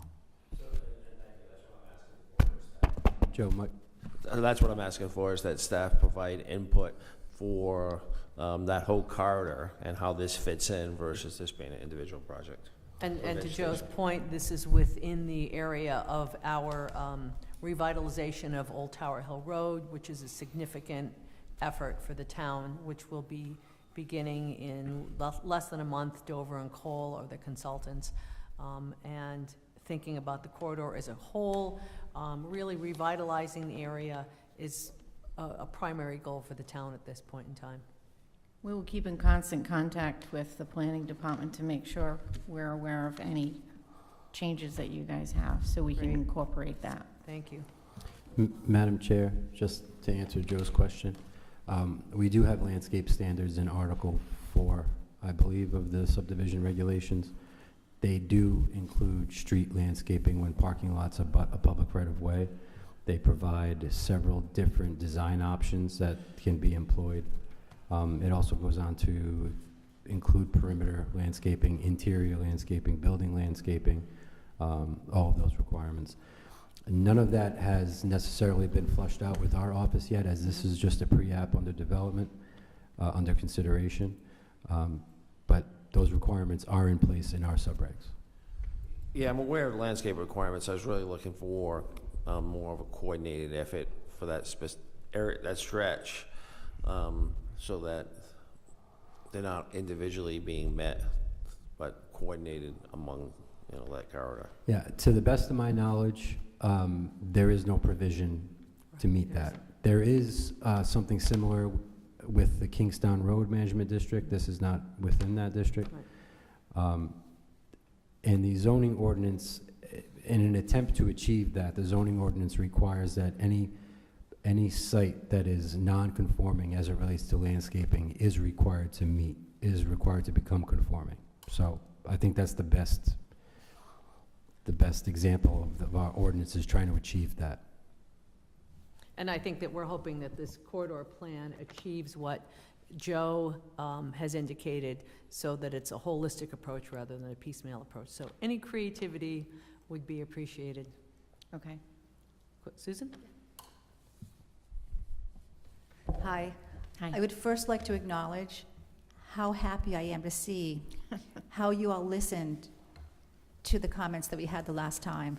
I actually got out my green-colored pencil to mark off all the green space, and I'm so happy to see this change to this project. I think this is going to be so much nicer downtown. The only question I have is along the,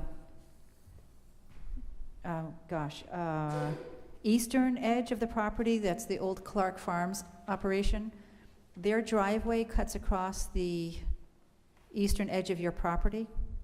Are you doing any kind of demarcation? And over time, I don't know what that property will become, but it may become their driveway again if we're not careful. And I don't know if you care, but I don't know if that's something we need to look at, because that is the natural location of their driveway, is across your property. So, yeah. That's a good point, and we are aware of the encroachment. I'm not entirely positive how ownership is handling that, but James may be able to better answer that. I'm not sure either. We haven't discussed that in detail. Just restate your name, please. Oh, sorry, for the James record. Callahan. We haven't discussed that in detail, but my advice would be that they not allow that to continue, because for a variety of reasons, but we'll have to address that in the future. And that was my only comment. Thank you very much. Thank you. Anyone else? Liz? The only comment I have, and it's, Maria said something about it, but just for the record, I would recommend that we review once again the left-hand egress turn out of the site, because I think that is a dangerous circulation method. We have job lot across the street, we have the bank there, there's a lot of people exiting and speeding down Kingstown Road, so I think it's important to just take another look at that. We definitely will. Like I said, we have a formal submission that we have to make with DOT, and that will be reviewed as part of DOT's review of they'll be focusing primarily on the stormwater and the traffic safety, as you probably know, being on a board. So we'll be sure to make sure we talk through that process, that piece with them. Thank you. Anything else? Susan? So I have one more question, and I realize this is DOT.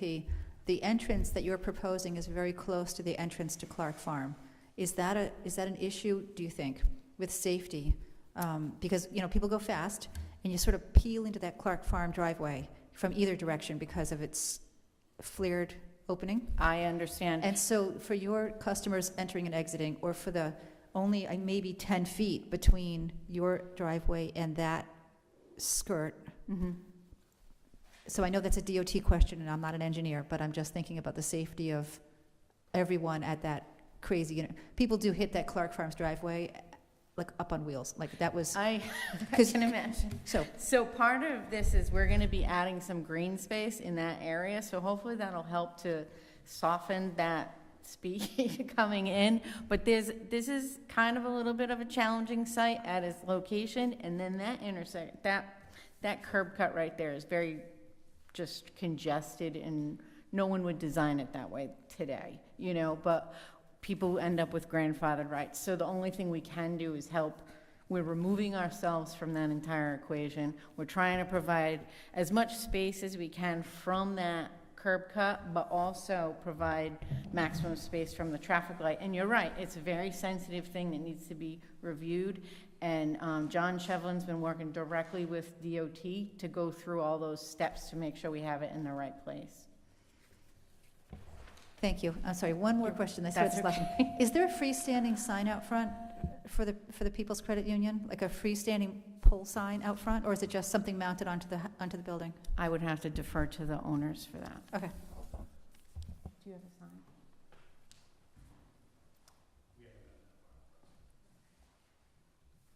Unless you have any questions for Lynn, further question, we have Bill DeWitt from People's here. Maybe you can answer some questions about the operation itself. Certainly. Madam Chair, before their consultant leaves, I just have a couple of comments. Yes, if I may. absolutely. Just as you look at the site plan, you know, if you're on the main road and you're taking a right or left into the site, there needs to be clear delineation that there is no opportunity to turn left, that you're free flow right. That car leaving from the parking on the south side of the site should probably have a stop sign before they make that left-hand turn movement into the entrance, and also the exiting vehicle from the drive-through should also probably be controlled stopped. And you have an opportunity on that corner to narrow down that pavement width of the turning movement leaving the drive-through. You're going from, I think, a 14-foot wide to almost 28-foot wide throat length at that intersection, so you could potentially add some landscaping. To Maria Mack's point, you potentially have some opportunities to relocate the handicap spaces to the south side of the site, and as you potentially lose a count for those spaces, you could add them to the southeast corner, to the back rear of the property. That could potentially actually gain you a total of 16 spaces. So you'd be up one from, you know, again, sliding handicap to the right, you lose half a space, but you could potentially add two more to the back right corner of that southeast corner. So again, these are, I mean, from my perspective, if the planning board's getting into these kind of minor adjustments, you've made a significant amount of progress from the first set of plans that were submitted and discussed previously with the planning board and staff. So we do commend you on that. The only aspect is through the development process with regards to the landscaping plan, it would help, you know, it's not necessarily a requirement of the regulations, but what the building's going to look like, because knowing what the building's going to look like can affect any recommendations with regards to landscaping. Okay. So, thank you. Thank in you. essence, if it's a really beautiful building, let's celebrate it, versus if it's something different than that, the planning board may look at additional landscaping to screen the building or soften the building. Understood. Thanks, Jamie. And there was a question relative to signage. Do one of your team members want to address that? Yes, thank you very much. Thanks.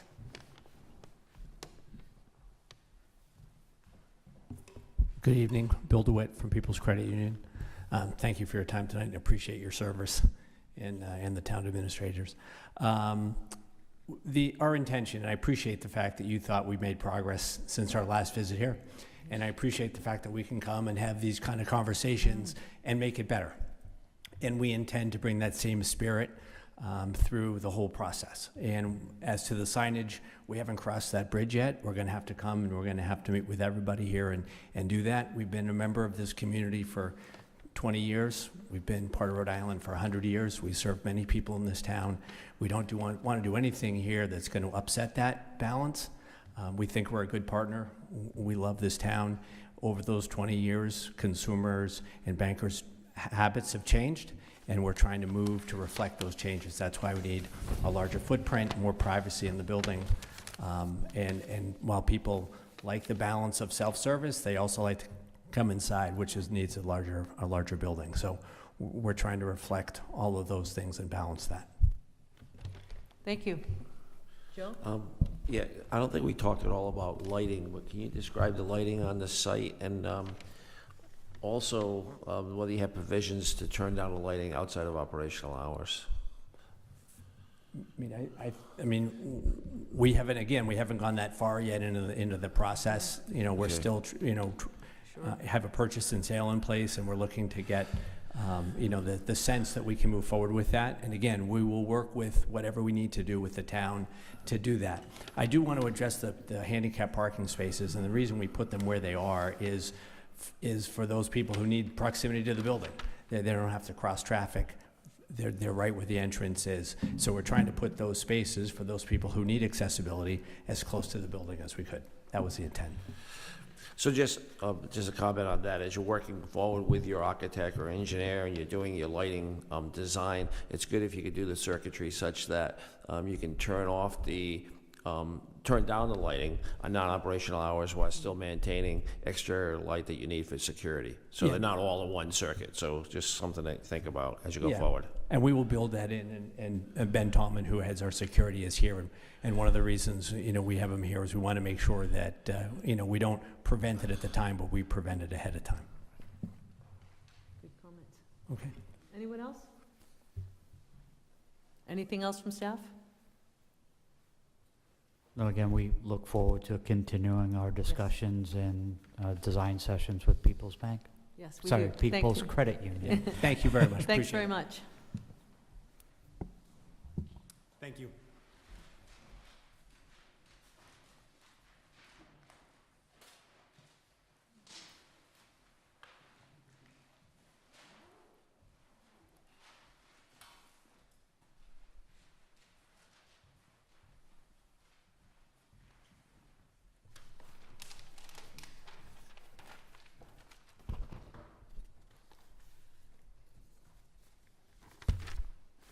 It is now 8 o'clock, which is 2 hours from the beginning. We normally take a 5-minute break 2 hours into the meeting. Is everyone all right with that? Yes. We'll be back in 5 minutes.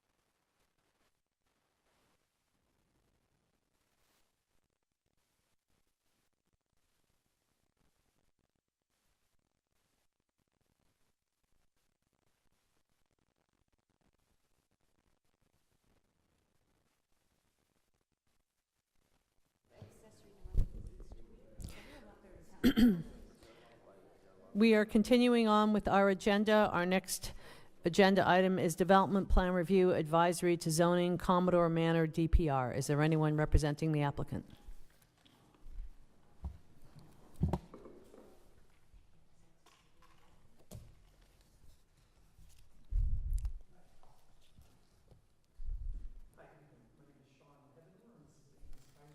Sean, you need to turn that mic on. Is that better? Yes. Sweet. And we are co-owners. Start with your name again. Yep. I am Sean Heavenor, and this is Ames Kaiser. We are here as owners of 2625B Commodore Oliver Hazard Perry Highway. And we are submitting an application for a special use permit under section 504.14 to allow for more than 3 unrelated residents. We are specifically applying to request a special use permit for 6 unrelated individuals, knowing that there are different requirements for different unrelated individuals. As we learned in the TRC meeting in December, we've been working since the TRC meeting to satisfy some concerns that were raised. There were six items that were raised by Mr. Rabbit, and we've addressed all of those and more over the course of time. We have some updated plans which we were not able to submit on time, so Ames will pass them out if that's okay. And these include updated engineering for parking. One of the concerns was the amount of where the parking spaces were, and it includes the updated floor plan, which identifies which bedrooms, which rooms are the identified bedrooms that we'll be occupying.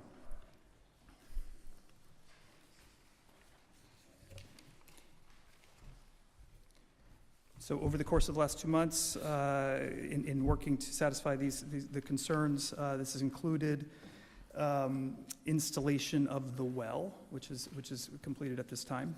That was one of the big items that came up.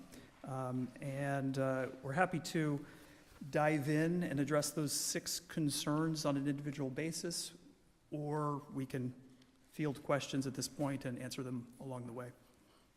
I think if you begin with the 6 concerns, we'll question when needed. Fair enough. Ames, do you want to take the fire marshal? I'll take number 1. Ames Kaiser, good evening. So one of the items that we needed to address was the house. It has 8 bedrooms on 2 different levels. There's 3 bedrooms upstairs and 5 on the first floor. And in working through, a fire safety plan and a potential plan that could, make this work for everybody, the agreement that we came to was to consolidate all of the bedrooms to the first floor, and also to remove keyed locks on these bedrooms so that the renters couldn't lock the door when they left their bedroom and leave for the day. We agreed to do that, and we removed the locks from the first floor bedrooms, and we removed as many locks as we could upstairs, but we kept 2 locks in place so that the tenants in the house can't access any of the upstairs. So we basically locked off the upstairs by virtue of 2 locking doors upstairs. Also down in the basement, there are several, or not several, there's like, I indicated them on a floor plan, but there's a few utility closets that remain locked off with key, and that's just for practical reasons. And That's on the last page. Yeah, thank you. On the last page of the packet, you can see our floor plan, and you can see, no, it's not in this packet. Okay, thanks. So I have a floor plan for the, in regards to the locked bedroom doors on the second floor. It might be hard to read if you're not familiar with the layout of the house, but there, like I said before, there's a lock in place to keep anyone from accessing any part of the upstairs with the exception of, there's a bathroom at the immediate top of the stairs, which I did not want to lock because it has plumbing in it.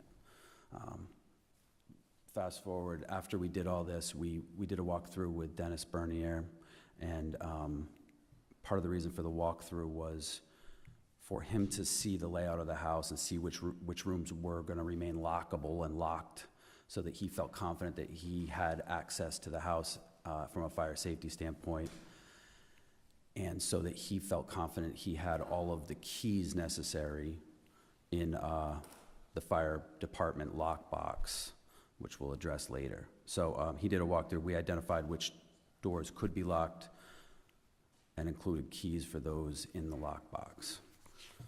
So now the upstairs is locked off, and the downstairs bedrooms, the locks have been removed, so they're just a standard type of lock where the individual can lock it when they're inside the room, but it has no key to leave the room with. Sorry, that was long-winded, but that's item number one. Do you want to, anybody have questions about item number one before we move on? I'm sure we'll interrupt you if we do, so Okay. please proceed. All right. Okay, item two was solidifying some language in the lease in regards to parking events, parties, overnight stays, number of overnight stays, et cetera. We submitted an amended lease, an updated lease to the planning department. It's an updated lease that the 5 tenants that are staying for the second semester have all signed, and we believe it addresses those concerns.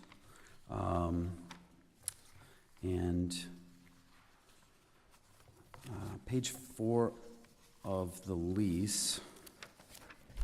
Let's see, where's my copy right here? No. Regarding parties, what we put in was a small get-together of 5 guests or less is allowed. No parties or large gatherings are allowed. Get-togethers or parties of larger size than 10 total individuals are prohibited. So that's how we addressed parties. Could I interrupt you here? Yep. So this is for the lease for the academic rental? Correct. At some point, can we also talk about summer usage and how that's going to be? I understand how you can control a party with a bunch of kids in a keg, but how about the summertime? And I'd like to, I guess, get some more details on how to control large gatherings in the summertime and what the recourse is if your tenants don't abide by the agreement of your, I don't know, Airbnb or Vrbo? Sure. Okay. So I don't know if that's now or that's later, but I would like to make sure that I'm clear on that. In regards to that, I recognize that, we're here for this special use permit for no more than 6 unrelated individuals, and we're totally prepared to talk about that. Not extremely prepared to talk about the Airbnb. I don't know if you want to talk about it on a conceptual basis, but and that's fine. But in regards to the permit, and it's really focused on the academic year, the permit that we're applying for. But I'm happy to talk about, whatever we need to, especially as it pertains to the permit that we're applying for. So, just going down the lease and staying on that for now. Let's see, the other item on was,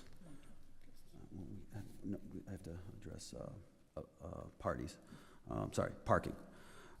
Parking in the lease, the verbiage in the lease, the premise includes 5 parking spaces, 1 for each tenant. There's also a parking space, there's also a total of 5 guest parking spaces, and for no more than 10 cars to be parked on the premise at any time. That's the lease that the individuals agreed to. This is all just related to the lease. Overnight stays.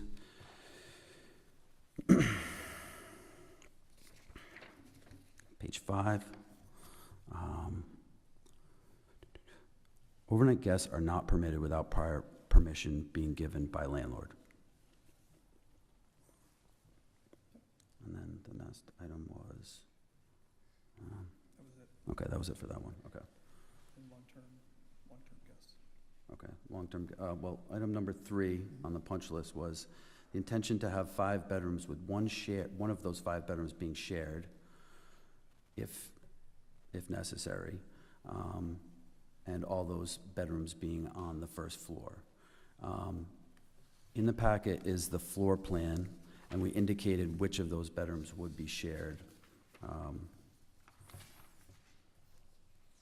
then it's on the first floor plan, and it was bedroom number 5 on the floor plan.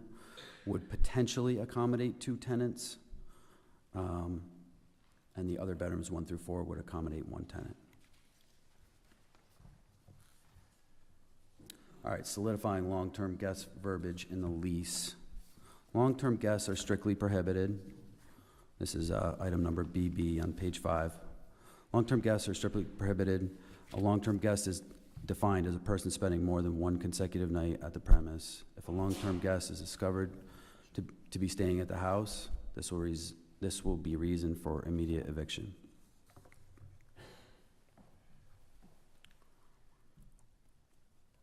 All right, item number 5 was in regards to parking. You want to take that one? Sean Heavenor again. The updated parking engineering is included in the paper packet that we just gave you. It's on page, the fourth page that we have there. And I understand it's on the small side. Oh, sorry. 5th page, correct that.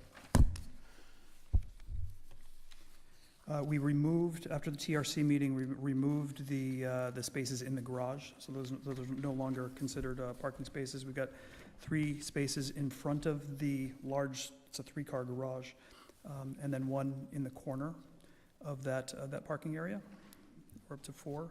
And then in the second parking area, which is on the far west side of the house, there's 4 spaces there. And in the lower parking lot, in the southwest corner, there are another 4 spaces. All of these are on paved areas. They're already paved, and they're already taken care of. So there's 4, 8, so we've got 12 potential spaces here identified. And that's parking. We've got lockbox. Okay. We purchased a fire department approved lockbox through a local security company, and as I said before, I met with Dennis, showed him where it was mounted, put the appropriate stickers on it, and then he and I walked through the house, got the full layout of the house, and agreed on which keys needed to be put in it. I gave him the keys, and he locked it and has control of that now. And that was the 6 items that we were left with from the punch list from the last meeting. Great, thank you. I have a couple of questions. As you know, a special use permit runs with the property, not with the current ownership, so we're always concerned about long-term impacts. Can you explain how your parking is limited to 10? Who is responsible, and what would be the actions taken if it is beyond 10 on a regular basis? And that also goes for the get-togethers you described. How would that If there was work? more than 10 cars? Mm-hmm. I don't have it in the lease. I don't believe it's in the lease, but after, I would warn the tenants if we saw that there was more than 10 cars there. I'm a local, and I have a few other houses that I manage, and I basically am coming by the house constantly. So for me, personally, if I saw that there was more cars than what we had agreed on, I would give them a warning, and then the next time I'd have them towed. Can't really offer any more leeway than that in this situation. And have you thought about any means by which you can delineate the parking and/or the property? One of the letters that we had had concerns relative to trespass onto other sites and lack of understanding on the part of tenants where the actual property boundaries might be. Yeah, it's a good point. The property itself, the driveways and the parking, it's, and, you can see it on the site plan. Also, when you're on the property, it's, when you're on our driveway or when you're meeting up with the shared road. I think it's pretty intuitive to anybody on the property that where in order to get onto someone else's property, they have to walk down the road a ways. And so, in terms of actual physically delineating it, I'm not sure if that's, we could consider that, but I think it's more about a conversation with the tenants at that time. I've had the conversation with these tenants. They're very clear on where they can and can't park. And I've also, since reading the letter in preparation for last meeting, told them where, to stay on our property in terms, and, it was unclear to me also, I will say, that the road was, immediately became private afterwards. I'm not sure if the road says, do not pass, it could say do not trespass at this point or something along those lines, which, but that wasn't clear to me right away when we first started working on the property and getting familiar with it.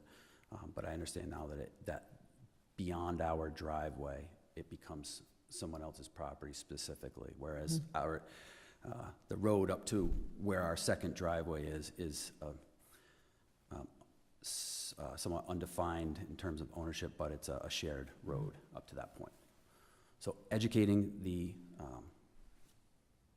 tenants in regards to this, in regards to this lease, I believe is a conversation, which I have a conversation at the beginning of the term, a mandatory meeting with everybody, and then a follow-up that they have to agree to a follow-up as well, just to address little things that were possibly, left, overlooked by me, or things that I'm not happy with after the first week or two of tenancy. That's something later in the lease that they agree to a meeting and then a secondary follow-up meeting to go over little, things that need to be addressed after the tenancy has started. And what is the difficulty of, I think you said if they don't comply with the regulations, then they need to leave. How difficult is that to actually manage in terms of an enforcement An eviction. on your part? An eviction? Yeah. I've never had to evict somebody, fortunately. Generally, people, my experience with the people that I have managed is they've been, we ask them to do something and they do it. So I can't speak to the difficulty of what it would look like to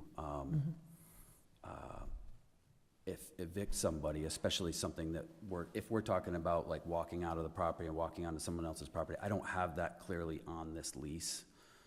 So I would have a hard time enforcing that from an eviction standpoint, like right now, without an amendment or an addendum that they agreed to.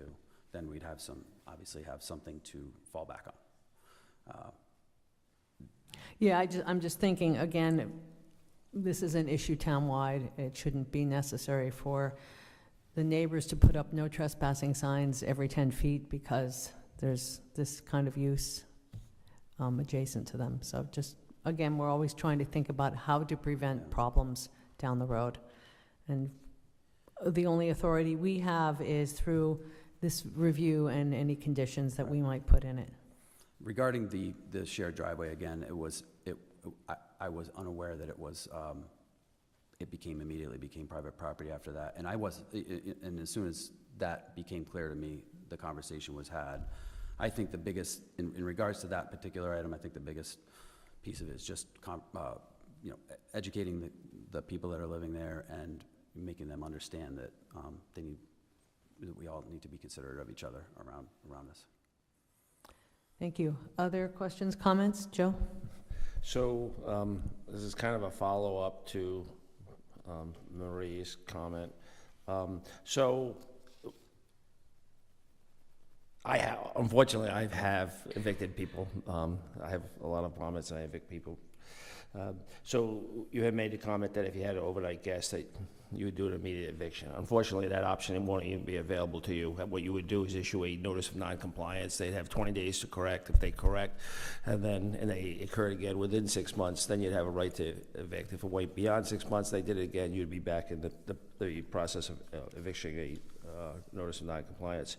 The same thing would be for the vehicles. So if they had more vehicles than you allow, the correct path would be for you to issue a notice of non-compliance, and if they did not comply within 20 days, then you would have the correct path would be for an eviction. You could also build into your lease trespassing on neighboring properties, that would not be allowed. Therefore, if they did trespass, then you would again have grounds for notice of non-compliance and have for eviction. So I guess I ask you to build all those things into your leases so that you have the means to do an eviction and take proper action. Regarding the parking, if we have it in the lease that the individual will be towed, if they violate the parking agreement here in the lease, not in terms of evicting them, but just having the violating car towed. Do you believe that would be an appropriate thing to put in the lease? Well, I was kind of looking at trying to make this, as well as maybe other ones that come in front of us, kind of holistic, that you build things into the lease, that if they violate the lease, you have a path to correct it. And from our perspective, that we have something that says that you will take appropriate action, including issues of non-compliance and eviction for second terms. So so I was just kind of looking at all the different areas of non-compliance, making sure they're in the lease, and then there's a path, and then again, maybe the town having some enforcement to make sure that you follow through with what you should be doing, non-compliance. So you can still tow them if you build that in there. I feel like with these tenants, the threat of getting their car towed is a pretty big deal, and I think it carries a lot of weight. Nobody wants to have to go deal with their car getting towed. So, have you given thought? So, but again, maybe some of those other things that potentially could impact or mitigate problems to the neighbors, to make sure those are in your lease, so that you have a avenue of issuing non-compliance. How about trash removal? How are you planning on? You got 5, 6, whatever number of people that's living there. It's a pretty good amount of trash. How is that going to be removed? it's a really big house, and it has a lot of spaces that aren't used, including the garage. We don't use the garage for cars. I store the summer patio furniture, et cetera, in the garage, and we have a series of bins in the garage, and the garbage removal company comes up to the garage door. They open the garage door and they take the garbage out. Okay, I just wanted to make sure that you're not counting on tenants to self-haul. No. So I'm not sure if that's something we can require or not, that they have a rubbish removal company in contract versus, again, tenants self-hauling. My experience is tenants self-hauling doesn't really work that well. I think, Joe, just quickly, if I may, Maria, I think you have the ability to dictate where trash enclosures go. I'm not sure you have the regulatory authority to dictate the methodology for how trash is removed from the property. Yet we have some authority on whether they are allowed to have more than 3 unrelated people. I would like to think that we could dictate terms, reasonable terms, that would be directly related to the impacts of having more than 3 people unrelated people. And trash removal, to me, would be a foreseeable impact, when you go from 3 people to 6 people, unrelated people, with nobody having specific responsibility for it.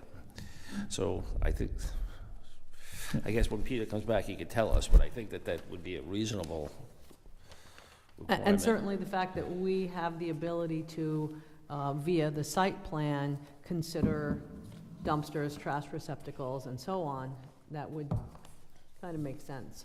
Yeah. And the reason why we would have those is to prevent rodents and other things, and this would go right along with that. It's been a while since we worked on that regulation, so I kind of forget what went into that, but I was under the impression that when we originally wrote that, or at least discussion was 1 bedroom per person and not more than one person per bedroom.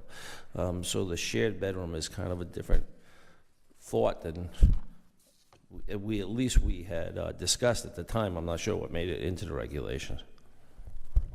No, I think from the perspective, the applicant has had that shared bedroom or occupancy of 6 for the 5 bedrooms since the inception of their application. I'm not asking about the application, I was asking about the regulation and the discussions when we came up with that regulation, and what ultimately was in the regulation, whether it did not allow more than 1 person per bedroom. Again, I'm not aware of that provision that precludes only 1 per bedroom, but that is something we can check on. Okay. And then I just have interest and potential concern about this upstairs. Half the house is not being used. Gives me a little concern for a variety of reasons. What's your intention with the 2nd floor? In regards to the academic year?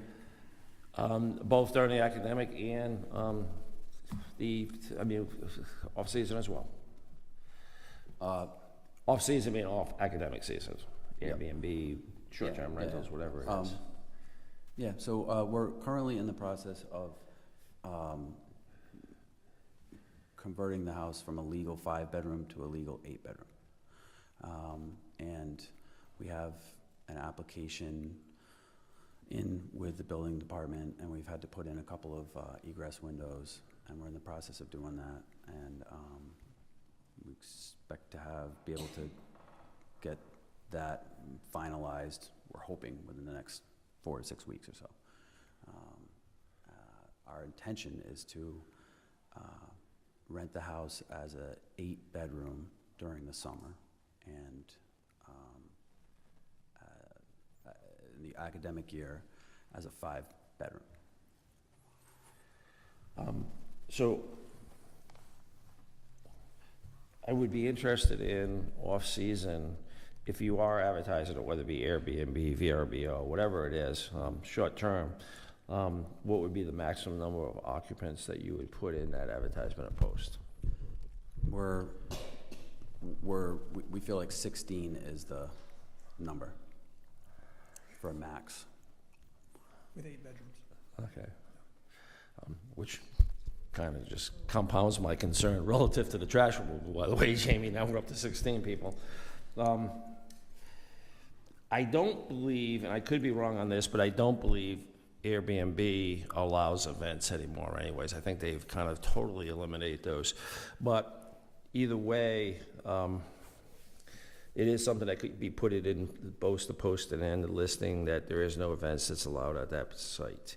We do have the listing. It explicitly says no events, no large gatherings, no.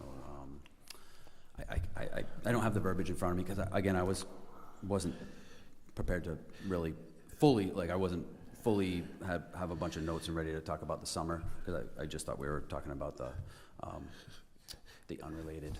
Yeah, and when I'm making these discussions, it's relative to whether it's a 5-bedroom or 8-bedroom, and I don't know if the town could require that they list that any advertisements for short-term rentals specifically state that no events are required, are allowed.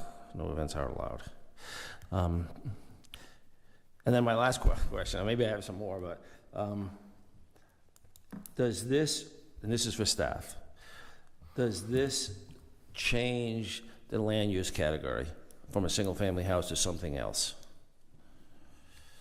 In my, Jimmy, you want it? To a boarding house or anything else? Is it a request for a land use category, or is it a request for additional unrelated people in a single-family house? How are we addressing that? The zoning official has not indicated that as any other use code other than residential. Single-family residential, single-family residential versus something else in a land use category. So, Right, because it's an intensification, it's a commercialization, it really is a different, It is not necessarily a commercialization. I mean, it's still being seems like utilized. it. It's still being utilized as for residential occupancy.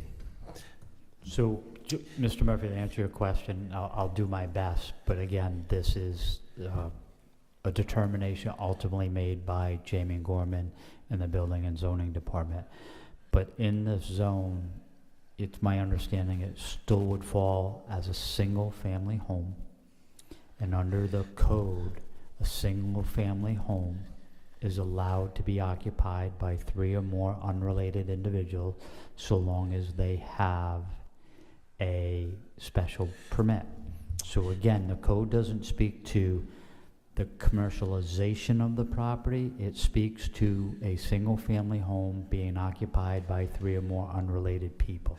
All right. Doesn't get to the financial or business side of that. It just gets to the land use category, and it's still a single-family home, 3 or more unrelated people. So a lot of these that we've seen in the past have gone from 3 bedrooms to 4 bedrooms, maybe a couple to 5 bedrooms, I'm not sure. But now we're talking about potentially going from 3 bedrooms to 8 bedrooms. Is it appropriate for me to ask that we get a letter from staff specifically saying that the land use category is not changing, and obviously staff get that opinion from legal counsel? We can talk to legal about that, but there isn't a provision contained within the zoning code that prohibits someone in the summer to rent their entire house to an entity. And again, it seems that we're kind of really pushing this from 3 bedrooms to 8 bedrooms, potentially using it as an Airbnb, which I have no necessarily problem with as long as they meet these other terms. But it does seem appropriate that we get a letter from staff specifically saying that they looked at it and that the land use category is not changed, it's still a single family. We can ask for guidance from legal. Okay, because that would also obviously drive potential things such as fire and, all those other type of requirements. Right. But just for clarity, the regulatory category that you're reviewing this under is not an issue associated with short-term rental or seasonal rental. It's the fact that the applicant is proposing to rent 5 bedrooms to 3 or more unrelated people, which requires a special permit. I got that, but what I'm asking is, Okay. when we go up to 8 bedrooms to unrelated people, I'm asking for clarification on the letter saying that is, still falls under the same land use category. Joe, I think we can handle that. I just want to remind everybody that this special use permit, in this situation, the planning board, because this application was taken before the first of the year, the planning board serves in the advisory capacity to the zoning board. So this will result in a DPR decision as well as an advisory to zoning. As part of that advisory to zoning, there's nothing prohibiting the planning board from requesting that the zoning official provide a written determination as to the use, as to whether or not, due to the number of bedrooms, if it qualifies as under a separate use category or not. That's something that the zoning board can absolutely consider, and the zoning official, I'm sure, would be willing to provide as part of the hearing. If I can, just to 2 points that, Joe, because you asked specific questions. In the zoning ordinance for more than 3 unrelated people requires that there shall be a minimum of 70 square feet of bedroom area for bedrooms containing 1 occupant. There should be a minimum of 100 square feet of bedroom area for bedrooms containing 2 occupants. There shall be no more than 2 occupants per bedroom.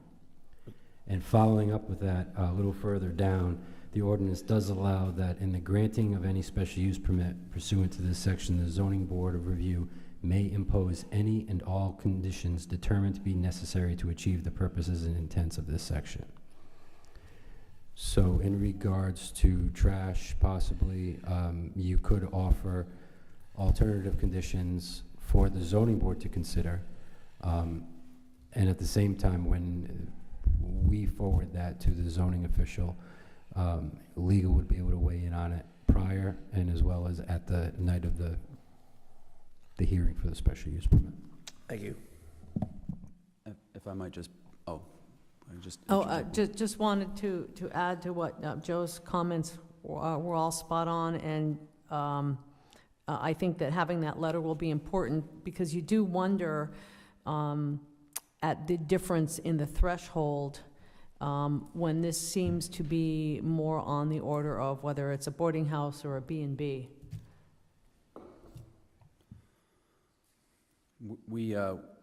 We intend, just full disclosure, we have no intention of looking to have more than 6 unrelated in the house. There's a different set of hurdles that we would have to go over to accommodate that, and that's just not, we're not interested in doing that in terms of additional infrastructure in the house that we would have to do. We had a lengthy discussion with Dennis as to what fire department would require if we go over 6, and so that's where we stand with it. It's not our intention to do anything else in that. In terms of the Airbnb, you know, we're renting to, you know, a large family, grandma and grandpa, their kids, and their grandkids. That's usually how the rentals take shape. So Hopefully with no more than 12 vehicles. yeah, I don't see 12 vehicles being a hurdle with that. It's usually more like 5, 6. There's usually X amount of adult couples. They have some kids. You know, each family has 1, 2, 3 kids, and then an older couple, you know, oldest couple. So usually the amount of cars, it hovers around 5 or 6. But yes, no more than 12. I'm sorry. Oh. No, the 12 was regarding okay. Go ahead, Susan. Hi. Hi. I have a couple questions. Okay, so I assume it says somewhere in the lease that kids can't park on that private road out front. Absolutely have to be parked on the property. Yes. And there's a penalty for parking on the road of some sort? I believe it just says they'll be towed right away.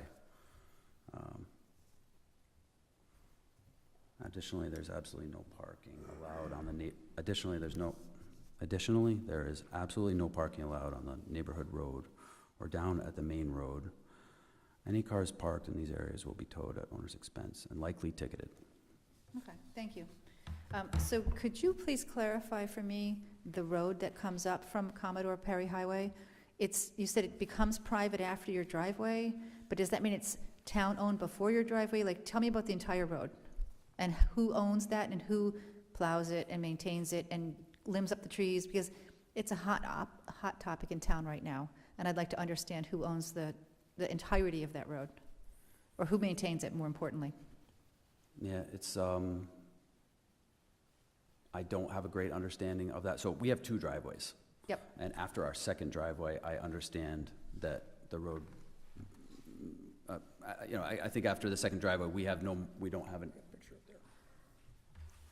don't have an easement over the remainder of it. That being said, I believe the little that it's snowed since we've owned the property, we've owned the property for 2 winters now. I think it's snowed significantly twice. I know that someone plows the road, and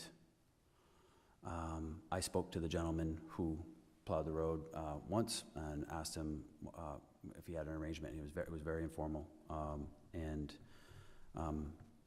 we haven't had a discussion with our neighbors as to if there's... So was he a resident of your road, No, or was I he a believe- hired person to come to plow? I actually didn't hire him. I don't know him. I just know he's a local from down the road who had been doing it for either our neighbors or for the previous owner of our house. In fact, he plowed our driveway, and I believe he had an arrangement with the previous owner of our house, and I just said, you know, I'll be taking care of our driveway from here on out. So I don't know the gentleman, and I don't have the answer for you as to who owns the major part of the driveway that we use. I believe it's a little bit undefined. Do you have any more input on it? Well, yeah, and I'd just like to add that we are more than happy to Just be... restate your name, please. Sean Hevenor. We're more than happy to be good neighbors and cover our share of any expenses that our neighbors are, that are incurring. Although I at don't this think I'm the point. person you want to tell that to. No, You might of want to tell that course. to the neighbors, because somebody had to pay that fella to come and plow, or Yeah. keep him on retainer, or limb up the trees that are falling in the road, or whatever needs to happen. I have told the neighbors once, I've only had a couple discussions with the neighbors, and I have told them once that we'd be happy to help, not just with that, but also with maintenance of the road and the shrubs around the road, especially the ones that are coming from our property. But not just the ones on your property. Like, I mean, There's absolutely nothing, no guideline for anything. We're up for anything. We're up for helping out in whatever way, splitting the cost, splitting the labor, whatever it is. okay. There's some shrubs on our property that reach out, and there's shrubs on other people's properties that reach out as well. Yeah, So we're happy to help out however we need to. okay, thank We you. have the means. Thank you for that information. I would like to ask, we received a letter from a homeowner in the neighborhood implying that there may be some questionable potable water for the house. Could you tell me about the water for the house? We have installed a 500-foot well, and we're just finishing the process of the installation of the well at this point. So we currently have we've been drawing off a wash pond. The house was drawing off a wash pond when we first bought it, and we've been drawing off of it since we bought it. We purchased a really elaborate water filtration system that the water goes through, and that's what we were using. This fall, we hired a well company, and we're just finishing the process. Literally this week, we expect to be finalized and running off of a brand new well, which we're excited about. So that's the water situation. We also supply an enormous amount of bottled water, Poland Springs, to the individuals. I guess, could I ask staff to clarify, is this a common practice in town that houses draw surface water from local ponds, or is that some kind of don't ask, don't tell situation where that was not legal? Again, that is a question for other state agencies as well as the building department. Okay. Not necessarily something that the planning department gets involved in. In my experience, I don't believe it's allowable. I can tell you what we've discovered, if I can interject for a second. So when we purchased the property, it was sold and advertised as being on a well. So it was a surprise to us to learn that it was actually drawing from the pond itself. Subsequent to, I believe it was in September, when we got the letter from Jamie Gorman, which said, "Hey, you can't be drawing from the pond." It was, we immediately contacted DEM, and we spoke to Susan, can't remember her last name over there. Shannon, sorry, who was fantastic, and she knew this property. She knew this property and the water in it way better than we did, and it was a bit of a wake-up call. And there are, I'm not an expert at all, but my understanding is there are ways to make it legal, but they are incredibly burdensome price-wise, meaning incredible amount of testing and all that. It didn't make any sense at all to do it, and we subsequently got right on getting a well installed, which has just happened. So the well is there, but as soon as we learned that we had a potential potable water situation, we immediately made bottled water available to the tenants, notified them not to drink any of the water coming out of the faucets, and had the water tested that was coming out. And it was deemed safe. However, we still notified them, and we still provided bottled water for them along the way. So, And that's the feasibility piece, that we just didn't want to deal with. Once this all came to light, we were just weighing our options, and it's the amount of testing, repeated testing that you have to do if you're drawing off surface water, and the filtration system, which we have, but the testing, we just didn't want to commit to this long term of testing. We just said, let's just do a well. Okay. So we started the process, which has been long, and but we're finally there.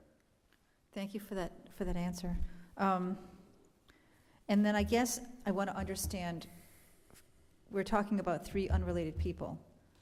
Are we also talking about summer rentals and the events and how that works? Are we able to address that tonight? Again, you have an application before you for a single-family home to allow 3 or more unrelated people to live there. There's no regulatory aspects associated with this process with regards to short-term rentals. It is the provisions associated with the living scenario of 3 or more unrelated people. So again, we can seek additional guidance from legal counsel on your question, Susan. Yeah. Specifically, I want to talk about parties and events. And I know that in the winter, you don't allow events of more than a certain number of people. If you've got 18 people sleeping there, everything's an event. And if they're coming in town and then their families live close by and somebody's having a clam bake, it's not an event like a blowout wedding with, amplified music in the neighborhood, but you've still got your 18 originals plus a few others that, you meet some people at the beach and bring them over for clam bake, and then you've got an event. And so I guess I don't know the definition of event and how to not impinge upon the neighbors. If you have, starting at 18 people, breakfast is an event. Like, how do you control that for the neighbors and for the historic property next door and for, that's, I guess, my question. And I realize we're here to talk about academic rentals, but that's, I think, part of it, at least for the neighbors. Yeah, I think, so we're targeting 16, not 18, and the house is enormous. So in terms of like the people being able to eat breakfast or to gather on the patio, gather in the front yard, the space exists. I think that those, not necessarily everybody's going to go do the exact same thing at once, but the spaces do exist on the property. The property doesn't have a huge yard, so most of the activity takes place in the house. There's a lot of really nice different spaces and porches, balconies, and one real nice patio right outside the kitchen door, along with a little grassy area. There's one little grassy area that's a similar size to this room here, and that's about it for yard. So there's not like a big place for people to congregate outside, and then there's just our driveway. And so shy of a, like you mentioned, a tent, which did happen once, and we have definitely addressed that. Moving forward, I believe the house and the property will accommodate that size group. The kitchen's enormous, the dining room is enormous, and the front porch balcony area is plenty big for that size of a party, that size of a group. Yeah. Okay. That is all of my questions. Thanks. Thank you very much. Other questions from board members? Status of your septic system? What is it approved for? Any problems with it? And are you abiding by the town regulations for the periodic pump out? Yeah, the septic got put in almost a year ago. It's an 8-bedroom system. And we have a monitoring program with American Engineering, I believe. It's actually on page 4 of the handout that we gave you. And we haven't had any problems with it. Yep. So, Madam Chair, you did receive a staff memo. We did prepare a motion. It's written in the favorable motion, but I believe there may be a number of questions you still feel need to be answered that require consultation with our legal counsel. As this is a DPR review, you have a time frame that's looser than your traditional 90-day, 60-day, and 90 days for review. So you do have the ability to table this item and bring it up at your Correct. next regularly scheduled meeting, which would give staff sufficient time to discuss the items brought up by the board tonight and seek clarification of those matters. Yes, we also, and we'll get to Robin next, we may have folks in the audience who wish to comment on the application as well. Robin? Are you waiting to speak? Okay, you're all set. Do you have a right-of-way to the pond? Or do you own the property adjacent to the pond? We have a right-of-way to the pond for water purposes. And how many other neighbors on that pond draw water off for their water? I know that's common in the Matunic Hills. Yeah, I'm not sure. Right, so you really wouldn't want to have people going in that pond when other people use it as their drinking water? Of course. We don't have a like right away to access the pond. I went up if your driveway, and the pond's right there. Right. I could have jumped out and run down to the pond.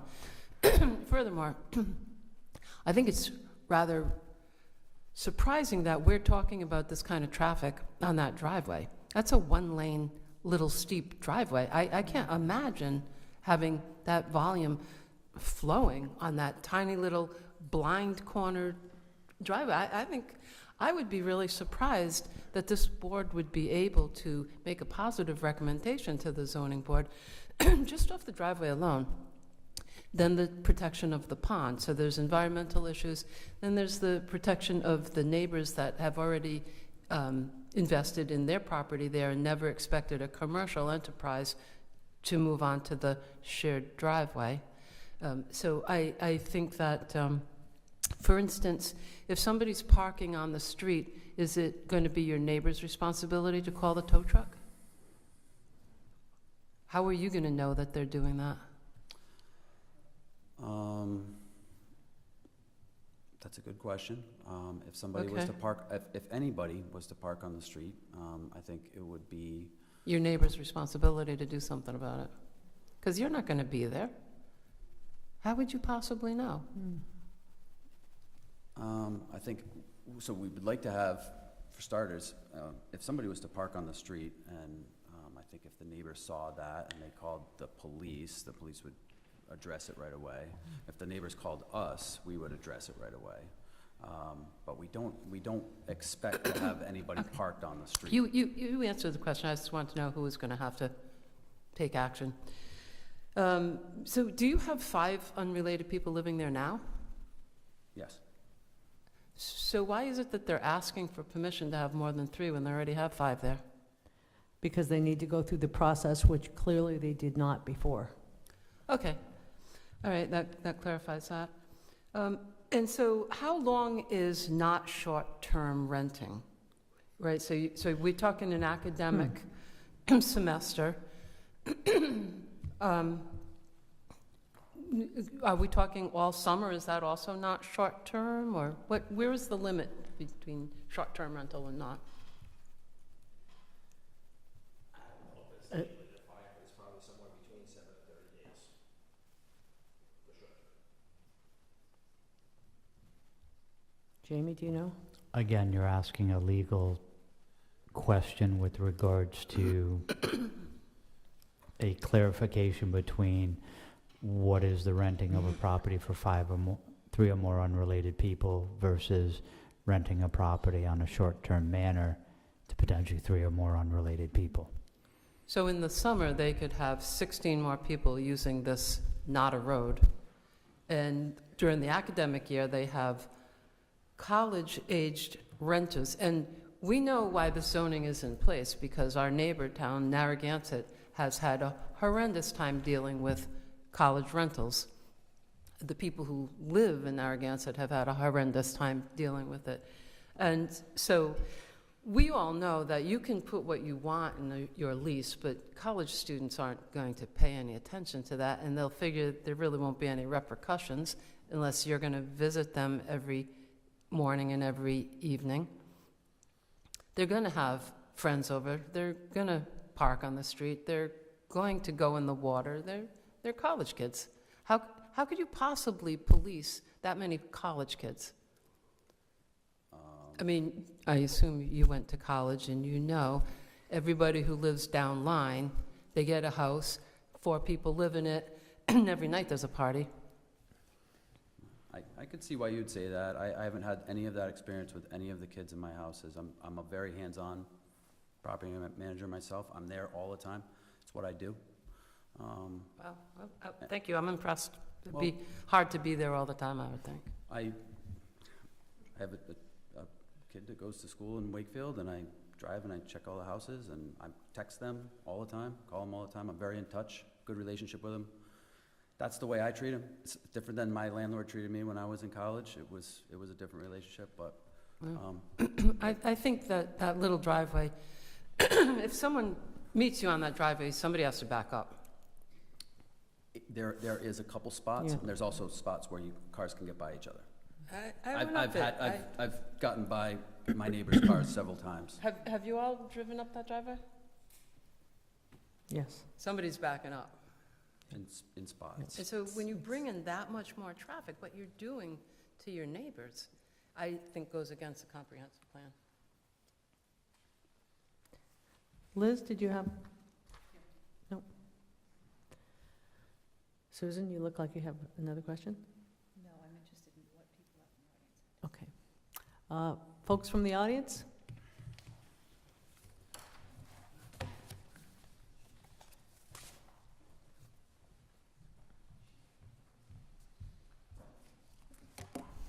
Hi, my name's Elise Torello. I am at the abutter at 2625D Commodore Perry Highway. It is the next house over on to the east. So it is our property that begins just past the second driveway of this house. I'm really glad to hear that some of you have driven up the road because if you have, looking at a site plan and even looking at the aerial photography does not do the site justice. And I went to both TRC meetings for this project. I've lived in my home for 15 years, and up until the applicants purchased this home, there were either 1 or 2 people living in that enormous house. It is an enormous house. It is on a property that has extreme site constraints. Not only is the road going up, as you rightly noted, a single lane, there are 2 blind corners. The first one is right at the top of the hill, and the next one is after you make the bend at 2625G's driveway, and your heart's in your throat going around those corners because you cannot see whether somebody is coming the other direction until you round that bend. And you have to slam on the brakes, and then yes, somebody has to back up, because in those spots, there is no way that 2 cars can get by each other. And with that kind of a site constraint, absolutely.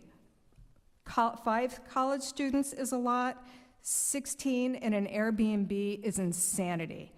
And they advertised this house last summer as 8 bedrooms, 16 plus individuals. The very first time they rented it, they put a tent up in the driveway that's designated as a parking area and had a band and a DJ. There were cars parked all up and down the road. You had to go into the bushes to get by the cars. They had loud music until 11 o'clock at night. And the next morning, my husband walked out. There was garbage up and down the road, including, excuse me, a used condom. It was unbelievable. And the house that's right on Route 1 there, I guess it's 2581, they have 3 little kids. They were up listening to that music until 11 o'clock at night, too. It was completely unacceptable. I'm sorry, I'm a little rattled right now. As far as the parking situation, having that many cars parked, if you were to put up topographic lines on this map, you would see that the water runs directly down the hill off of these parking areas, down the private road, and into Wash Pond. So how many cars do we want to have parked on these driveways and running directly into Wash Pond? That's a kettle hole pond. This is in the Matunic Hills complex. These are very rare, sensitive environments in the state of Rhode Island. It's a natural heritage area. There are rare species up here. We should be treating these kettle holes with kid gloves, not putting this intensive of a use in dumping this water into the pond. My husband and I have been doing water quality monitoring in this pond. It's fragile. It's in good condition right now, but it's susceptible to algae blooms, and we need to be careful. Just consulting my notes here. As far as, whether it's appropriate to be talking about Airbnbs, the reason we have a special use permit process is to make sure that this kind of intensification of use does not affect the ability of the neighbors in the area to use their property and to enjoy their property and to affect their quality of life. And if you think this thing can happen and not affect the quality of life of the neighbors, there are 4 full-time adults drivers living on that road and another 3 who are seasonal. This proposal with the 5 students more than doubles the number of drivers on this road, just in this one house. You put 16 Airbnb in there, it's even more intense. It's just, you're taking a quiet residential area and you're plopping a commercial use in the middle of it, and it's completely inappropriate. As far as the Airbnb, as far as I know, 16 people, that's more than 3 unrelated. So I don't see how, the special use permit wouldn't apply to the Airbnb use too. When you're talking about renting to up to 16 people, you're almost certainly looking at more than 3 unrelated there too. So I think all of this, any conditions that apply to the college student rentals should also apply to the Airbnb. Personally, I made a little list of things that I would want to see if you were to approve such a thing. First of all, I think that 6 is too many college students. I even think 5 is too many. Maybe 4 could work. Certainly not more than 4 bedrooms being rented as an Airbnb either. Anything beyond that, it's too many cars for the road. It's too many, we don't know who owns that section of the road up until my property line just past the second driveway. It doesn't say in the tax maps. You click on it, it says, no parcel data or something like that. We've had David Carpenter plowing our road since before I moved in, and the applicant said they don't even know who does it. They just kind of take advantage of the road being plowed for the students. If that road is narrow now, you should see it after a snowstorm. The snowplow, he does a great job. He does the best job he can, but it's a very challenging road, and you end up with snow piles on either side. So you take an already narrow road and you make it even narrower. And I heard no discussion about where the applicant could potentially push the snow that's plowed in the parking areas, where the student's going to put their cars while the parking areas are being plowed. They cannot plow snow out into that road. This road should never be blocked by a parked car. It shouldn't be blocked by snow piles. It shouldn't be blocked by landscapers.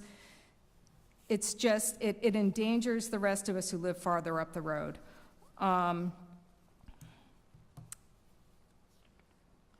You know, we already heard him say he wants to bring the second floor bedrooms online, which absolutely horrifies me.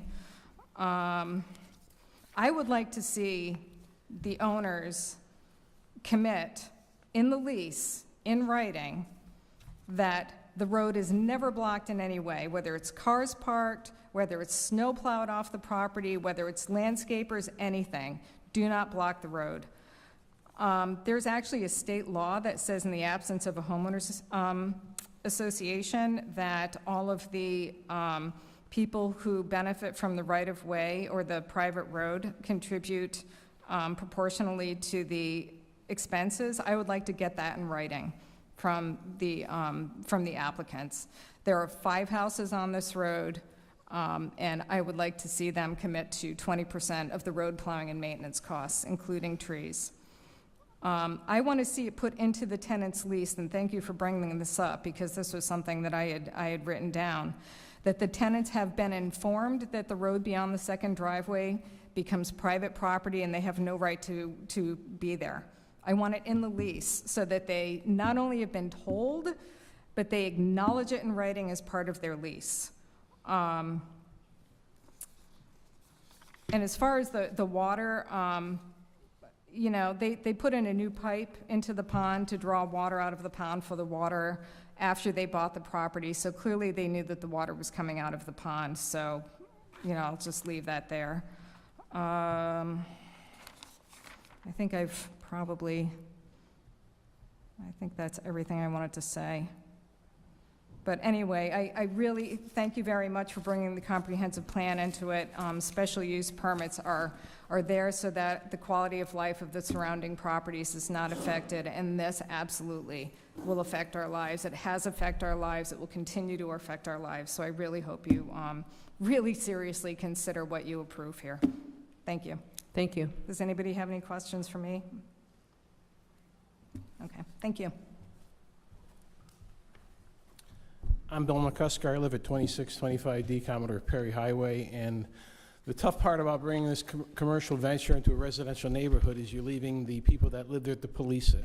You know, the property owners are not on site. When something happens, it's up to us to call the police. It's up to us to call the landlord, and that's not why we're here. Nobody wants to call the police. Think about things that happen in your own neighborhood that you wait to the last minute before you try to get anybody involved, and that's just not what we're here for. That's really not the adequate place for it. The reason why the road is maintained as wide as it is because I trim it out. I cut out areas that you can pull off because there is no place to pull off. So now you're gonna have, you know, 8 students with 8 Amazon orders and different people coming in and up and down the road, and if you've been on the road, it can't handle it. So to me, and part of this discussion is this road. It's just not adequate for what's going on up there.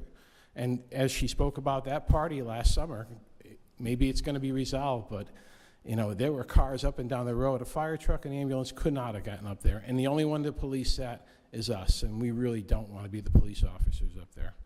Thank you. Thank you.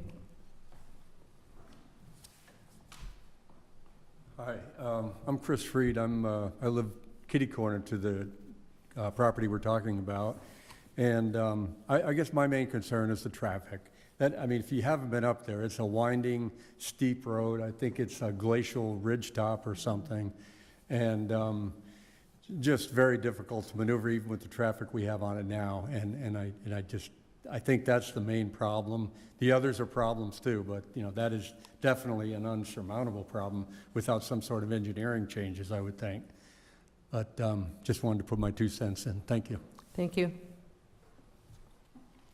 Hello. I'm Mike Sherry, and I'm with Hale House. I assume, you're all familiar with Hale House. And I'd like to point up the requirements laid onto Hale House by the town council years ago. I sent a copy of it to Jamie probably a month or 2 ago now. Very stringent requirements to Hale House, when it can be open, very short times, only during the summer months. So I'd like you all to look at that document in making this decision here to see how much has been laid on to Hale House and its operations and what you're injecting into the neighborhood next to it. Elise referenced some of the things that happened when a big event took place at this place last summer. I've noticed at Hale House, I've never had problems there. I've had to put a chain on the rowboat that's used at the boathouse because someone decided to use it. Not saying it was these people, but this activity started, and then we started seeing things. I've already contracted my security company to start putting cameras on Hale House because I'm finding footprints all over the place because I go there every day to do the security, the boathouse, the annex, and the main house. So this increased traffic, there's one of the other houses on the pond, I think it was last year, the year before, decided to entertain Airbnb. Next thing you know, we've got a 15 horsepower gas engine running around on the pond while some of the other people on the pond are out there quietly fishing and paddling their canoes. So fortunately, that Airbnb seemed to have gone away.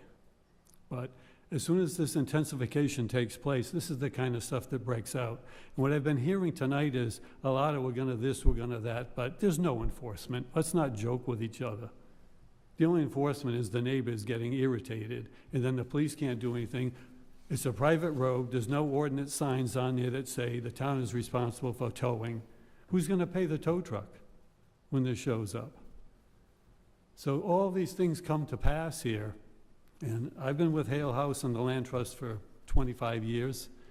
And my donor, who I'm very close to, has preserved tons of property around the pond, including Hale House, where he's probably spent upwards of $2 million on it. He's endowed it in perpetuity to be a quiet place for contemplation and historical sense of place. So I'd like you to consider all that before you make a decision here. Thank you. Thank you.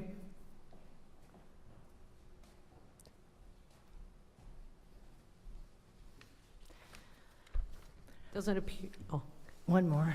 Hi, Julia Landstreet, South Kingstown Land Trust. Michael Sherry was speaking through the voice of Matunic Preservation Society, to whom the South Kingstown Land Trust leases the property and they manage it on our behalf.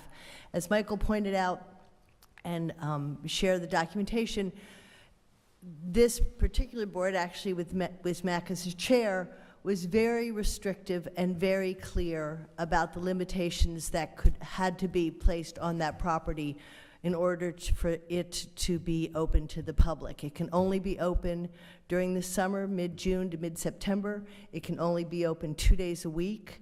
It can only host an event that's specific to that, and it's all to protect and preserve the quality of life and the quality of that neighborhood. I think you did a good job sort of pointing out and questioning taking a residential property and turning it into a commercial venture. Even though it involves pillows and breakfast dishes, it's still a commercial venture and no longer a residence. And the other piece, which I think is important, is what you're being asked to do is to make a change to the density and the intensification of the use of this property that will run with the property. And even though these two gentlemen are sort of piecing it together as they go, they clearly don't have a long-term plan, did not have a long-term plan. And they currently seem to have a nice relationship with their tenants, but it's come down to one lease, one set of enforcement, and 6 willing participants. And at the end of this semester, and please God for those parents, may these children graduate at some point, there will be different tenants and there will be a different lease. And so there's no, what you are being asked to do tonight or recommend will run with the property and not with this one lease or with this one owner or whatever. And it's a big change and it's a big difference. And as they pointed out, it's a very quiet and peaceful residential neighborhood. We are in the process of working with landowners to protect additional property on the pond. And there is no public access to the pond. And I think it's very hard to tell people that if you're staying in the Airbnb, or as you pointed out, you're the 20-year-old next door, and you see a boat and a pond, and you want to go skinny dipping, and why wouldn't you? Maybe I have, but not there. So this intensification of use that will run with the property until zoning changes, or they ask for more intensification as they add 3 more bedrooms upstairs. Thank you for pondering it. Thank you.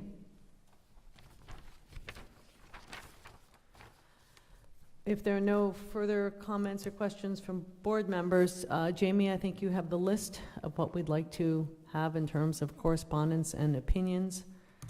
And if there's anything else that staff needs to add to that, please feel free. Yeah, we will have a discussion with council based on the comments received tonight and respond. Thanks. I just want to make sure that you captured everything, Jamie, that at least I had in my notes. So, as a minimum, we'd want to see, well, obviously the whole thing about the land use category and making sure that we get a determination and in writing on that. But a lease, where a lease says that there's no events, that it calls out the maximum number of cars, that it specifically says no trespassing on any neighboring property or streets or driveways, that there's no use of the second floor, that there's no long-term gas.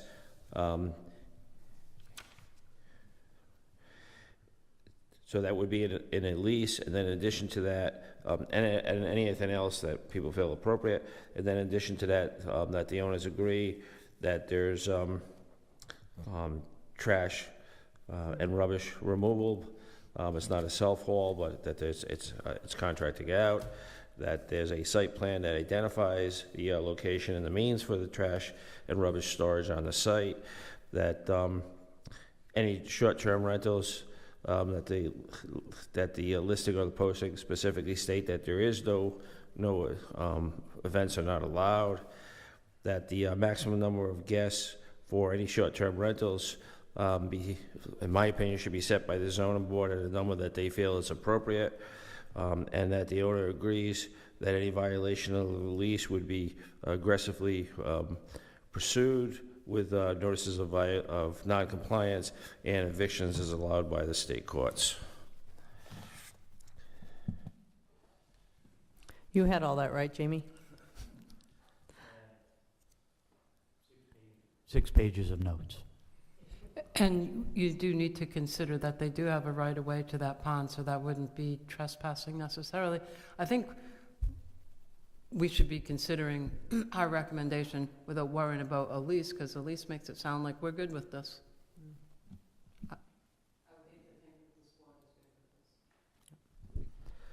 All right.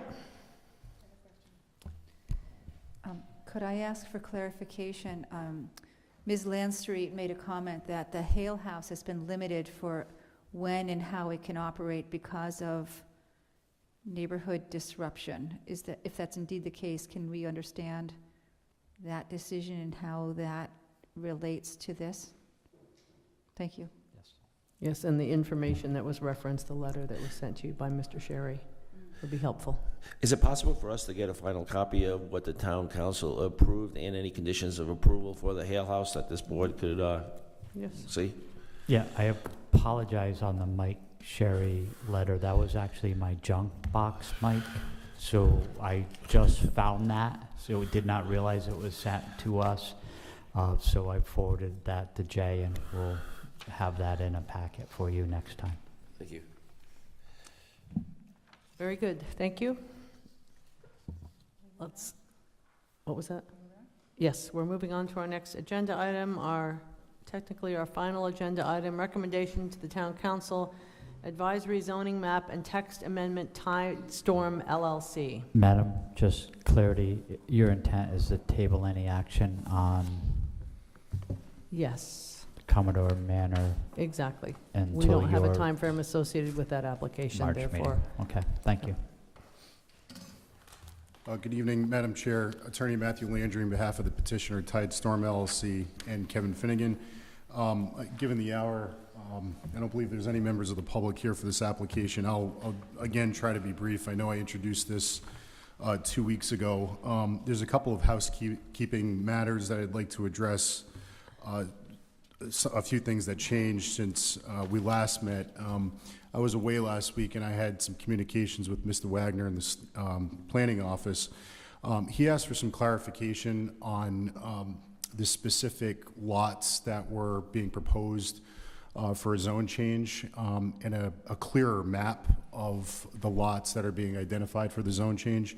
I submitted that to him electronically last week, and I mentioned that I may supplement that with some conceptual type photos just for reference to the board. Those didn't make it into your packets, just given the timing. With your permission, Madam Chair, I'd like to present that to you as an exhibit or just a supplemental document. I will submit these electronically to the board. Again, there's nothing earth-shattering in here, but it is a copy of the map that Mr. Wagner had requested, and he asked that I bring to the board and supplement. And I've included some additional, just photographs of the existing site to present some context, as well as some conceptual photos of what is actually being proposed if this were to proceed. So if I may, I'll hand those out to you, and I can explain specifically what those sheets are. And also an extension of the deadline? Yes, of course. That's fully understood, and my client is fully amenable to working with the board, knowing this will probably evolve over time, and I've got some comments to address that, but certainly a continuance is in order.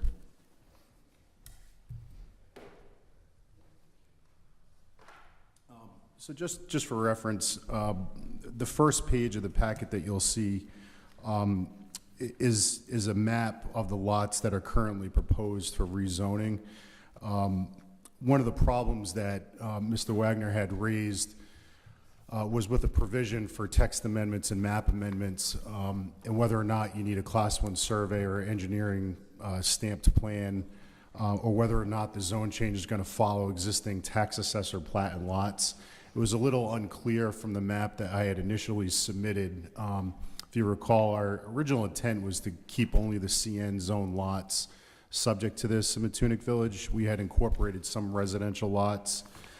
Two lots in particular, 93-1, Lot 1, and 92-2, Lot 52, are hybrid lots or multi-zoned lots. The front half are CN and the rear portions are residential. We had discussed that last week, Mr. Wagner and I, on what the intent was. In order to submit a sufficient map into the record for purposes of the zone change, we needed to either follow the lot lines for the tax assessor maps per the regulations, or submit a stamped plan that showed where we wanted our zone to cut off. It was our intent to follow where the CN zone crosses just behind the house there that's on Barney Ave. For purposes of time, we included this map to show it's the full lot. That was what the original description had put in there. It may be immaterial to include the whole lot or not, because most of it is salt marsh and you can't develop it anyway. You'll see that 93-1, Lot 1, I believe that's 25 Barney Ave. The whole rear portion of that is wet. You can't build on it, but that's the residential portion. I just wanted to clarify that, whether or not we change that to include only the commercial portion may be immaterial, because you can't really do anything on the rear, but we have no problem changing that. Can you just restate the lots that are split zoned? Yes, of course. I believe it's 93-1, Lot 1, and I believe that's 25 Barney Ave, and then Assessor's Plat 92-2, Lot 52. Those are two lots that my client owns directly behind the existing pizza and surf shop, and those are along Barney Avenue. Mr. Landry, I had produced a GIS map based on the information that you presented before. It's basically accurate. I'm just missing two lots. I can put it on the screen. It might be helpful. Please, knowing that it's not your product and there is an inconsistency with it, but. Sure, yeah, no, and I had used the GIS originally. But suffice it to say that the second sheet that I submitted was based on another discussion I had with Mr. Wagner, and a result of some of the discussions or some of the comments that this board made at our introduction. As you can see, Jay is putting up on the board here the lots that are not entirely included in the zone. The purple and the blue, I think, are the ones that are included. Right. I'm sorry to interrupt. If I give a little context to this, the yellow, the existing yellow that you see is the residential R20. The red that you see here, I don't know if you can see yeah, you can see it. You mean pink, right? Pink. It's red on my. It's a little red. It's pink to me too. on my screen is the commercial neighborhood, and you can see where the line designation crosses over here and creates that split zone situation. And so I believe that the applicant's request for the CNM zone is everything that you see here in blue, with the exception of, he's also including, I believe he's including these two lots, these two properties as well, which is not reflected in my map currently. Yeah, that's correct. So one caveat to that, I was speaking with my client, and based on some of the comments that we received at the introductory meeting, it really is not our intent to make any more of an impact than we need to. We really want to limit this to the commercially zoned properties, because really all we're trying to do is introduce a single accessory use. That's it. I know there were some questions about the impacts of traffic and the impacts to the neighbors that are zoned residential. So the second map that you have in your packet actually removes, I think it's 12 of the residentially zoned lots entirely from our zoning proposal, and we can resubmit this after tonight. I just want to make a note in the record that I had spoken to Mr. Wagner about that, and in the sake of time, I didn't want to change everything, and just wanted to put it in front of you that that's something we've contemplated, and we're perfectly amenable to removing those residential lots. So really, it's our intent to only affect the lots that are already zoned commercial neighborhood and only introduce a single accessory use or the 4 uses there, the 4 definitions to the CN zone. That will minimize the impacts even further. To the extent we need to change the lot line for that 25 Barney Ave, the big lot that goes way up, that blue, again, that's all salt marsh. I don't know if it's the preference of the board to move that line down to the purple that you see. That's where the CN zone stops. We could do it either way. We don't really have a preference because we can't develop the rear. But if it makes the board or the town more comfortable to remove residential entirely, Mark Dowdell is our engineer on various projects, and there is a site plan in here of some of the lots that he's surveyed, so we can have him reshoot that line and submit it. That may be the easiest way to go, and just make it very clear that this is limited to the CN zone. I think that's the only lot that's really applicable to, but that's the reason for the 2 maps. I just wanted to show you the difference between what is currently proposed, and with the exception of the salt marsh area, the second map you see that was submitted only includes CN zone lots, most of which my client controls. There's 3 photos of the existing site conditions. I just, again, submitted that as context. It's the existing surf shop with an existing storage container in the pizza shop. There's a stamped plan that show some of the subject lots, again, just for reference.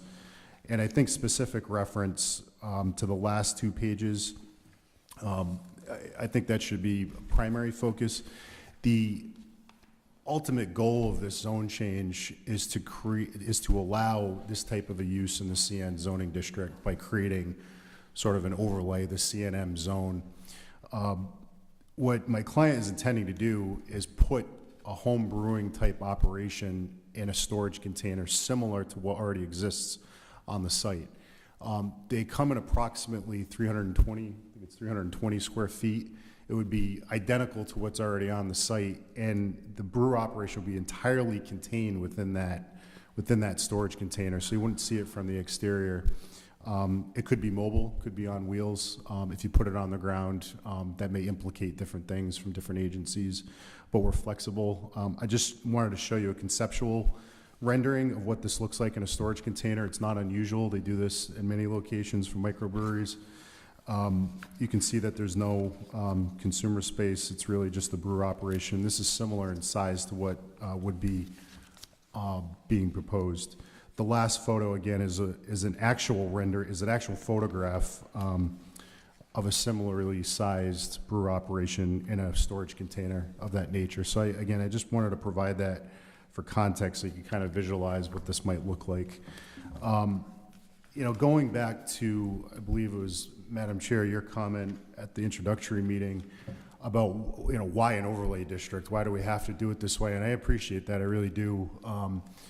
We had met with staff, I think a year ago now, and initially our proposal was to just amend the table of uses to the CN zone, do this as a permitted use, either by special use permit or by right. more likely through special use permit just because of the type of use it is. The problem with doing that is the CN zoning district not only applies to this area, but it applies to areas near URI where this is not desirable or you may not be able to do it because of the educational institutions, schools, things of that nature. There's also some location zone CN along, I think it's Ministerial Road, if I have that correct. So there was some discussion about the impacts of changing or adding this use to the CN zone town-wide, and we're sensitive to that, and it's not our intention to make a big impact with this. So we took those comments and those discussions and redrafted this to create a much smaller footprint for a zone change, and we also made it accessory to an existing use that requires a special use permit. So there's really only 3 properties in this area that you could actually do this on. One would be the Ocean Mist property, which really doesn't have any room to do this. The other would be the pub, which has no room to do it, and the pizza shop lot. So in essence, we've done this district separately, mainly because Matunic Beach Village is a unique area, probably would benefit from a long-term, overlay sort of redevelopment type plan, but it was really to limit the scope of this amendment and have minimal impacts town-wide, and also make it accessory to a use that already requires a special use permit. There's an existing liquor license for the pizza shop lot that may or may not require some amendment and further discussion with the zoning board. But again, the intent behind this was to make it absolutely minimal in impact, limit the areas that you could do it, and this was really the only way we saw you could do it. The staff report mentioned whether or not there should be an amendment to the existing use code. The other problem is that this use is only allowed in industrial zones. It falls under the use category food products manufacturing. Again, which is why we landed on this option. You don't have any definitions that specifically call out or identify these types of uses. They fall under a bigger umbrella. I wouldn't imagine my client would have an issue with creating a new alcohol manufacturing use that was suggested in the staff report. But that umbrella is still very broad. That would allow pretty much anything that falls under that. I guess that would already fall under food products manufacturing. We're trying to specify specifically different uses that give oversight to the town. And even if you added a use code or amended the food products manufacturing category, you would still need to amend the table of uses to allow it in the zone, and then that again opens up the issue town-wide. But we're flexible. I mean, I think the ultimate goal here is to limit the impacts, limit it to these specific properties, remove the residential component from it, and create this use. There are industrial zones that allow this use. I can let Kevin speak directly on this, and I commented last time, the whole goal and purpose of this is branding, it's authenticity, it's staying true to the Matunic Village character. I think most people that know Kevin and his businesses, he stayed true to Matunic Beach Village. He has absolutely no intent to make this a big manufacturing commercial operation. It will be incidental and insubordinate to the existing pizza shop. The footprint couldn't be any bigger than what already exists for the pizza shop since it's accessory. It's to create a brand and a footprint for this product consistent with his brand imaging and say it was born out of Matunic, it's from here, we have a footprint, and there are capabilities elsewhere to upscale and manufacture this off-site, which would be the intent. If it's a successful operation, we can bottle it, manufacture it, and do it off-site in the appropriate zones at a larger scale. This is really, again, a footprint, staying true to the village and minimizing the impacts. Under the existing regulations, the Department of Business regulations, there are quantity limits. It's heavily regulated. This requires federal permitting from the TTB, state and local regulation. I mean, it's heavily, heavily regulated. So this would most certainly come back before the town. Even if this ordinance was to go forward, we would have to come back for multi-level permitting to continue this. So that's all I have. That's really the reasoning behind this. Again, the overlay zone, the new district, as opposed to the CN table of uses amendment. We've gone back and forth on that, but again, we tried to be sensitive of the impacts townwide. But my client's open to suggestions. Certainly, we want to work with the town. It was our goal to work with the intent to work with the town on crafting something that was appropriate. But this would really just be an accessory use in a commercial zone, certainly appropriate with the commercial activity that's going on. It would be small in scale. That's all I have from my perspective. I would just ask Kevin, if you want to comment just briefly, again, on your intent and what the purpose of the amendment is, just I want to elaborate on what I've commented on. Hello, everybody. Thank you for listening. Kevin Finnegan. He said it better than I could, but it's a branding thing. It's just, it has to be born there. Like if I was starting a surf shop, it has to start in Matunic. But if it scales up past whatever is limited, you know, there's other breweries that brew beer, like Narragansett brews out of state. Everybody brews out of state or in town or in this state. I have no intentions of having, I have to say brewery because that's what the law says, but it's a test kitchen, which would be in a brewery. I just want to, you know, brand it there, birth it there, that type of thing. So that's pretty much my only intention. And, the photographs that I submitted, the last two photographs, are those representative of what you're intending to do? Yes. I think I mentioned it at the last meeting. One of the original proposals when we met with staff was to relocate an accessory garage, 300 or 400 square feet in size, from the adjacent property to the east, to the right, that Kevin owns. There are some complications with doing that, both from a lot line perspective, CRMC, floodplain. There's a lot of other things that go into that. It's a viable option, but I think it's much easier and well-defined to show you the concept with the storage container. But that was initially discussed, and it just involves a lot more hoops to jump through, and is a little bit more complicated to pick it up and move it. So that's all we have. Again, we're happy to extend the timeline and open this dialogue, and we're open to comments. Great, thank you. As I said earlier, it's complicated to develop a new overlay zone and can take time and consideration. I understand better now why you went with that option, but again, I think there might be other ways to explore what you might wish to do. Have you thought about, is this something that the public, there would be space for the public to come to this, or would this be limited to manufacturing? It would be limited to this brewing operation. Okay. You can, under the regulations, you can sell limited quantities on site. That would be done through the pizza shop that already exists. Okay. But this wouldn't be a larger, you know, invite the public into it and, you know, that type of thing. It would be consistent with what the pizza shop operation, how that operates. And assuming you read the staff comments, so you saw the description of uses that may not be permitted in CN. I did. So there was some overlap. We went back and forth with the lines, so our intent was to only add the 4 definitions in those uses and maintain what is already allowed in the CN zoning district. There was some conflict with the residential uses, and that was not intentional. That was just an oversight. Again, if we remove the residential lots from being rezoned, I don't think we have an issue. There was one use that was listed, commercial residence. That was supposed to be community residence.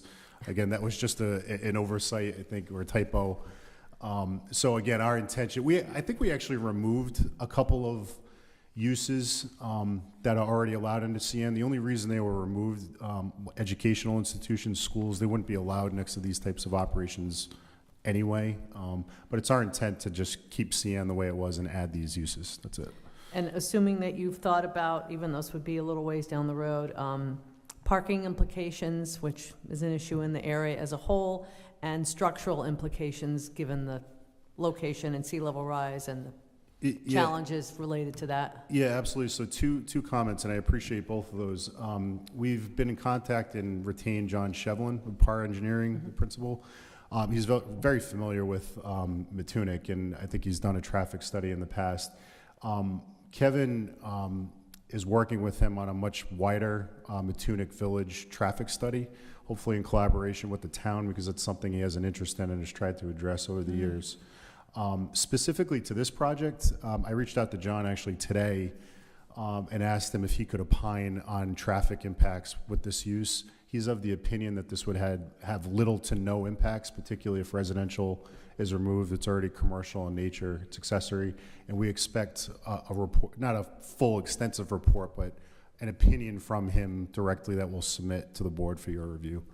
In regards to structural integrity and structural impacts, you may recall we came before the board a couple years ago before the pizza shop, surf shop configuration exists like it is today. We went through a lot of those issues with storage containers, new flood zone regulations, so we're fully aware of how that may be implicated depending on how the storage container is situated, the type of structure, those things may come into play.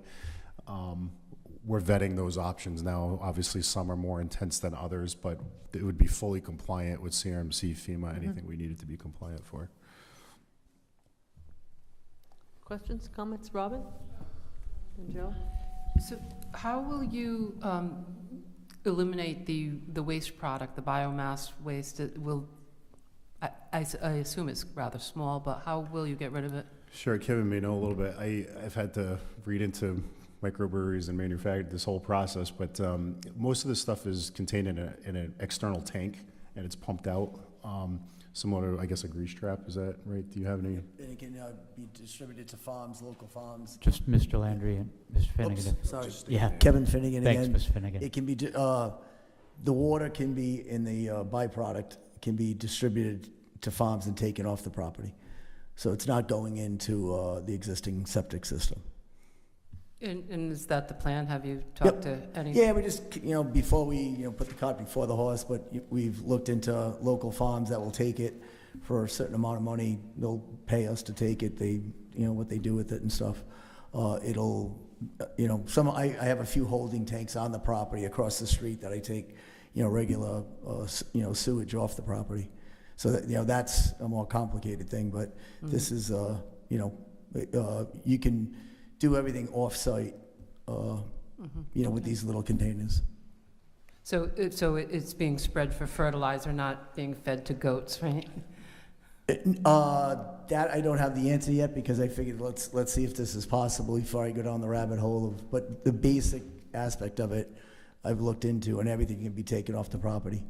You don't even, there's trucks that can can things on or off, or there's bottle on or off, or whatever is appropriate for, And maybe the town has some regulations as to what farmers can spread, but seems like. Yeah, it's been done before. Okay, I'm not the first one doing it. It's been done before, Oh, yeah, South Kingstown? yeah, this is a Okay. pathway that's already there, stuff like that. I'm not creating that, no. Joe? So I'm not very familiar with brewery operations, but delivery trucks, what size are they? How often do they come? Employees, 1, 2, more than that? And storage of materials, I assume you have some supplies and materials, and how much and how do you store those, and how do you protect those from, rodents and that type of stuff? Again, it's caught before the horse. Can we do this? And then we've lightly looked into that. We already have, that property's nice because we don't have to use the road to deliver. With the Ocean Mist, the pub, gets the deliveries, got that 20-minute rule with the town where the truck pulls up on the road. But that property, the truck can pull in, pizza deliveries, our own already beer deliveries. It's a very small ad. How big are delivery trucks? Is it a panel van, or is it just you don't, it's not an 18-wheel? No. 18-wheelers can fit on that property, though. They do turn around on it. They very rarely go in there, but a Budweiser's been in there if there's snow in or something like that. But the property can, for this operation, very small deliveries. And how many employees? Like 3, 2, 1. Depending on how limited, but not more than 3. And the storage of materials, how much would you have on site at any one time, and how is it It protected could be to not be a nuisance? because you know what you're gonna brew, so you can kind of like do it one shot, and then you got 7, 8, 10 days before it's ready, depending on what style of beer you're brewing. So you can really control it, when, where, what day it gets delivered. So you have like bins of hops, or what do you? No, just small amounts. It's a small operation that can kind of be self-contained even in the container. It's really I'm being vague right now because that's the next step of stuff, but if the use can happen, then, all the other stuff is relatively easy. Joe, I have a little bit of knowledge in this. Sure. I think the bulk quantity of any material that he probably would have would be the grain, and the grain comes in 50-pound bags, similar to dog food, that type of size. Yeah. I mean, a 50-pound bag, I don't recall exactly how many you get out of it, but a 50-pound bag would, I imagine you wouldn't have more than, a pallet of 50-pound bags for that size operation. I did have one question for clarification, though. I've heard the term, and I wasn't here last month, so, last meeting, please forgive me. I've heard the term overlay district thrown around a couple of times, but this is, what's being requested is not an overlay district. That's correct, yeah, and I'm sorry, Okay. I've been using that loosely too. It is an actual map and text amendment to the ordinance. I mean, if there's a way to facilitate an overlay versus a formal map change, again, amenable to that, but I think based on discussions, a while ago and how this has evolved, we landed on an actual zone change for this because, Matunic Beach Village is unique, and I think long-term aspirations would benefit, from some type of an overlay or special management district long-term. But for the purposes of this, it's really limited to, it is a text amendment and map amendment.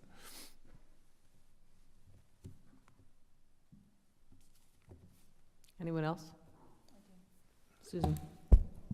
Hey, so I know that you've explained it's not overlay, but I'd like to understand, again, the boundaries of this space. And it appears that you've identified one lot, or maybe two, where you'd like to do this operation.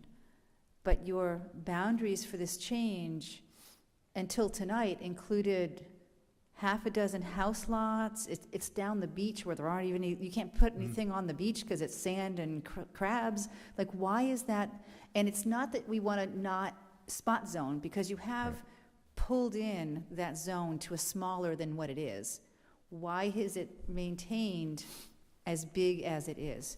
I mean, I know that, part of this lot is marshland and it's divided in half, but on the original map we saw last week, 2 weeks ago, we had a whole bunch of residential single-family houses included. So for me, I'm a little concerned because I feel like I'm playing Risk against somebody and they keep moving their pieces on the board and taking over the little world domination. What's going on, and why is it so big? Why is it taking up so much space? And I don't object to what you'd like to do, and I think it sounds like a really great thing for Matunic, but I feel like we need to look forward at what now is possible on many, many, many lots down by the Ocean Mist. So I'm a little bit,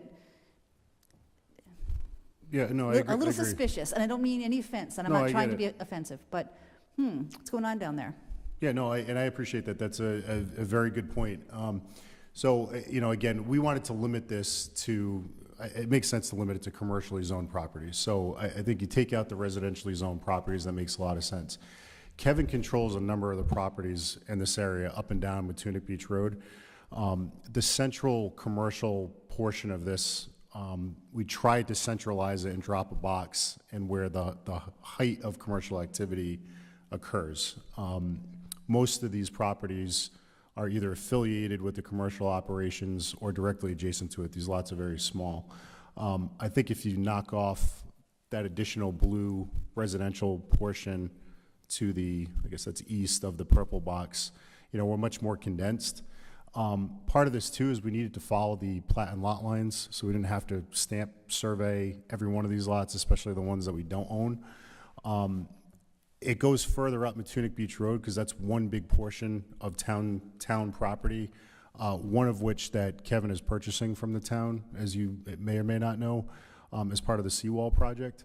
So that's why that was included. But that other portion, most of that purple piece that stretches out is one lot, so it stretches out to cover the whole lot. Again, we tried to limit this to where the commercial activity is, to the properties that Kevin has under control. But if we need to shorten it more, we can. I think eliminating the residential portion makes a lot of sense. As you know, the CN commercially zoned properties go all the way up to the town beach near the market and the Admiral Dewey Inn, so they're already zoned commercial. We didn't think it was necessary to go that far. Again, it made sense to limit it to where it is. But I think it's worth a discussion on where those lots fall, certainly. But I think eliminating the residential lots eliminates a lot of that initial concern because we're not introducing commercial into residentially zoned lots. But most of that was done because Kevin either controls most of their lots or they're already commercially zoned, so it made a lot of sense. So I think the law is that you can't manufacture liquor on this lot and move it to that lot without involving a distributor. That's correct. However, if you took a whole bunch of lots which are owned by the same person or the same LLC and did an administrative merging of those lots, could you then have like a Senior Froggies down in Matunic? Like, I'm sorry, I'm trying to look at the bigger picture. Is if I merged all of those lots and I had one big fat lot, what would then be possible if we passed this ordinance that allows distilleries and brew pubs and all sorts of accessory uses on a very large piece of land because they've all been merged together? Yeah, that's fair. That's obviously not the intent. I understand, I'm taking it at your face value, but looking down the road, and Mr. Finnegan may not own this land in 10 years, it needs to be a long-term vision of what we do with this land. Yeah, no, I agree. And so the way this has been designed, there's a mechanism built in. It's accessory only, and it's accessory to a restaurant with alcohol that requires a special use permit. So if somebody wanted to do a Senior Frogs or something to that extent, they would have to come to this board, this town, and the zoning board and the town council to get both a license and a special use permit. And then if they wanted a brew operation, it would have to be accessory to whatever that principal use is.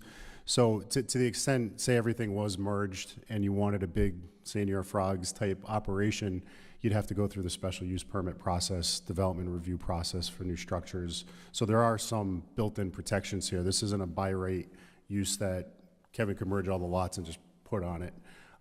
There's a lot of checks and balances in, versus just amending the table of uses and allowing it by right.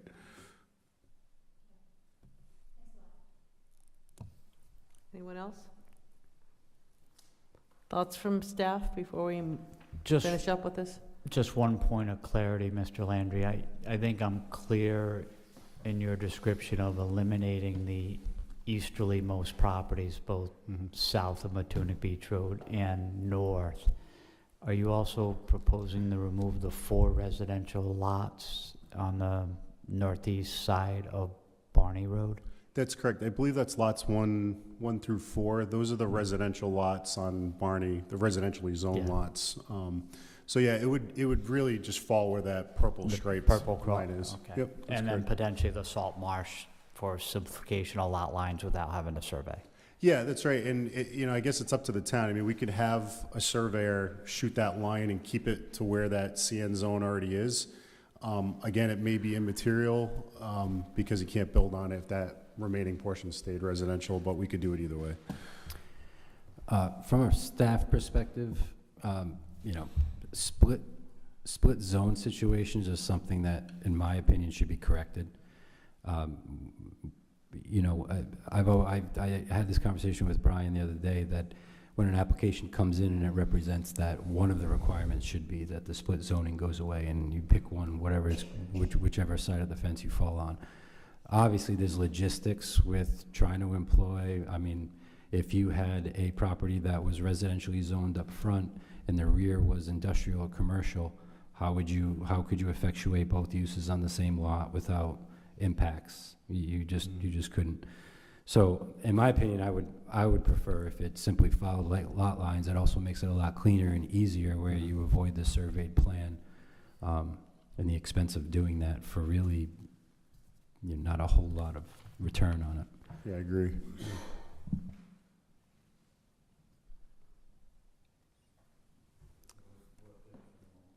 Okay, very good. Well, we will see you at a future date.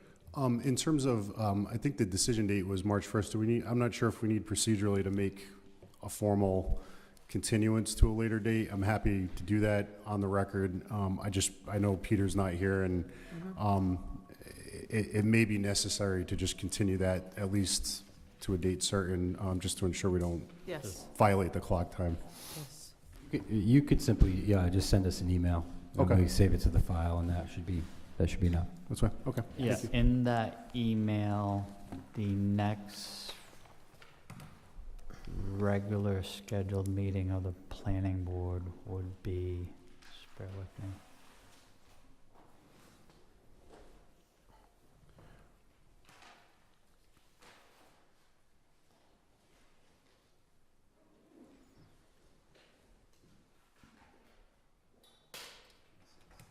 Is it the 26th, Jay?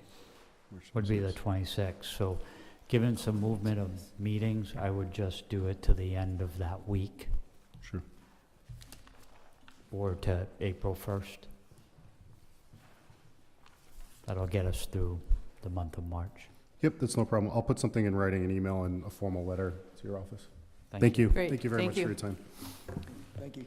So it's now 10 o'clock, which is the old 11 o'clock, but we only have a couple of brief items left on the agenda. The first of which is designation of TRC for March 13th.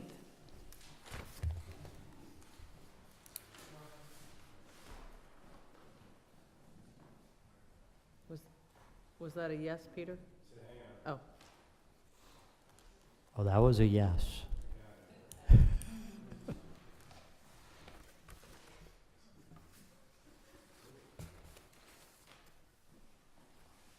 I don't know, Jay, what do we have, like 30 things for TRC that Peter's And contemplating remember that volunteering you are for? able to choose the time, morning or afternoon.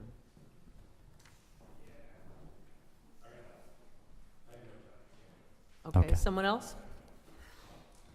Since everyone's pretending you're not talking, diverting their eyes, Okay. Let's move on to report of the administrative officer, Jamie. Just, You wanna Madam chat a Chair, little bit? before you move on to that one, under G2, Tower Hill Landings, financial surety bond reduction. Oh, right, sorry. I need a motion to reduce that surety. We had in excess of $200,000 for a total surety for parking, lighting, storm drainage, landscaping. All of that has been installed.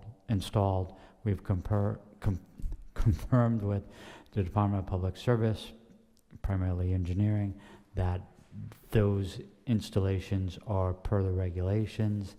We are still recommending holding $5,000 for some additional landscaping that was removed and reinstalled until 11/1/2024, which gets us through a spring, summer, and into the fall growing season.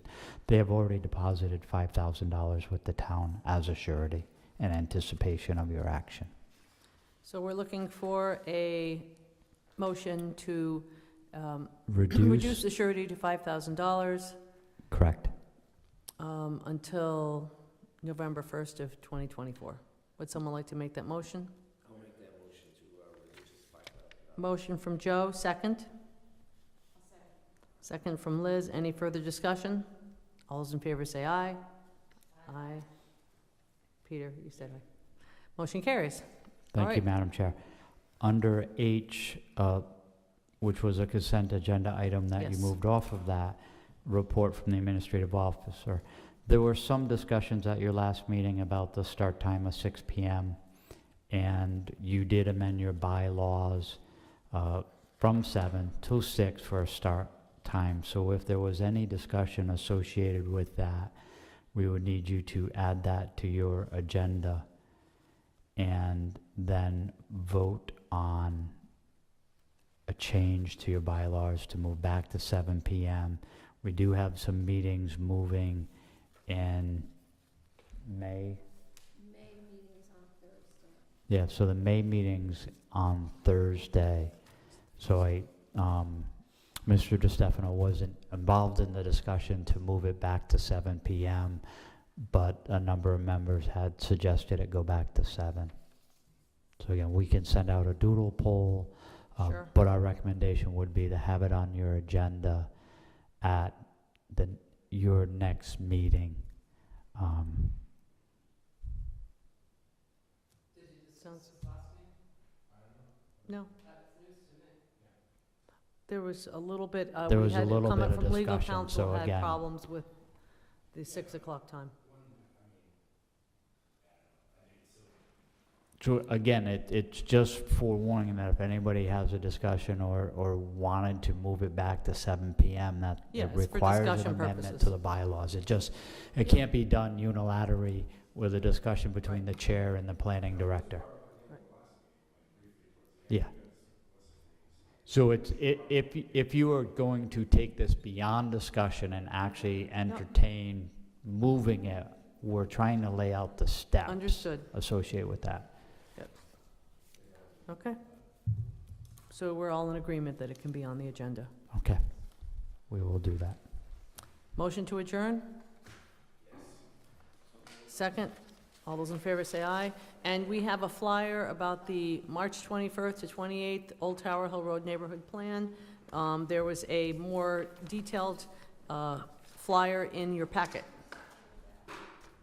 And the website should be up soon specifically for this project. Thank you, everyone. Madam Chair, who seconded the adjournment? Joe, thank you.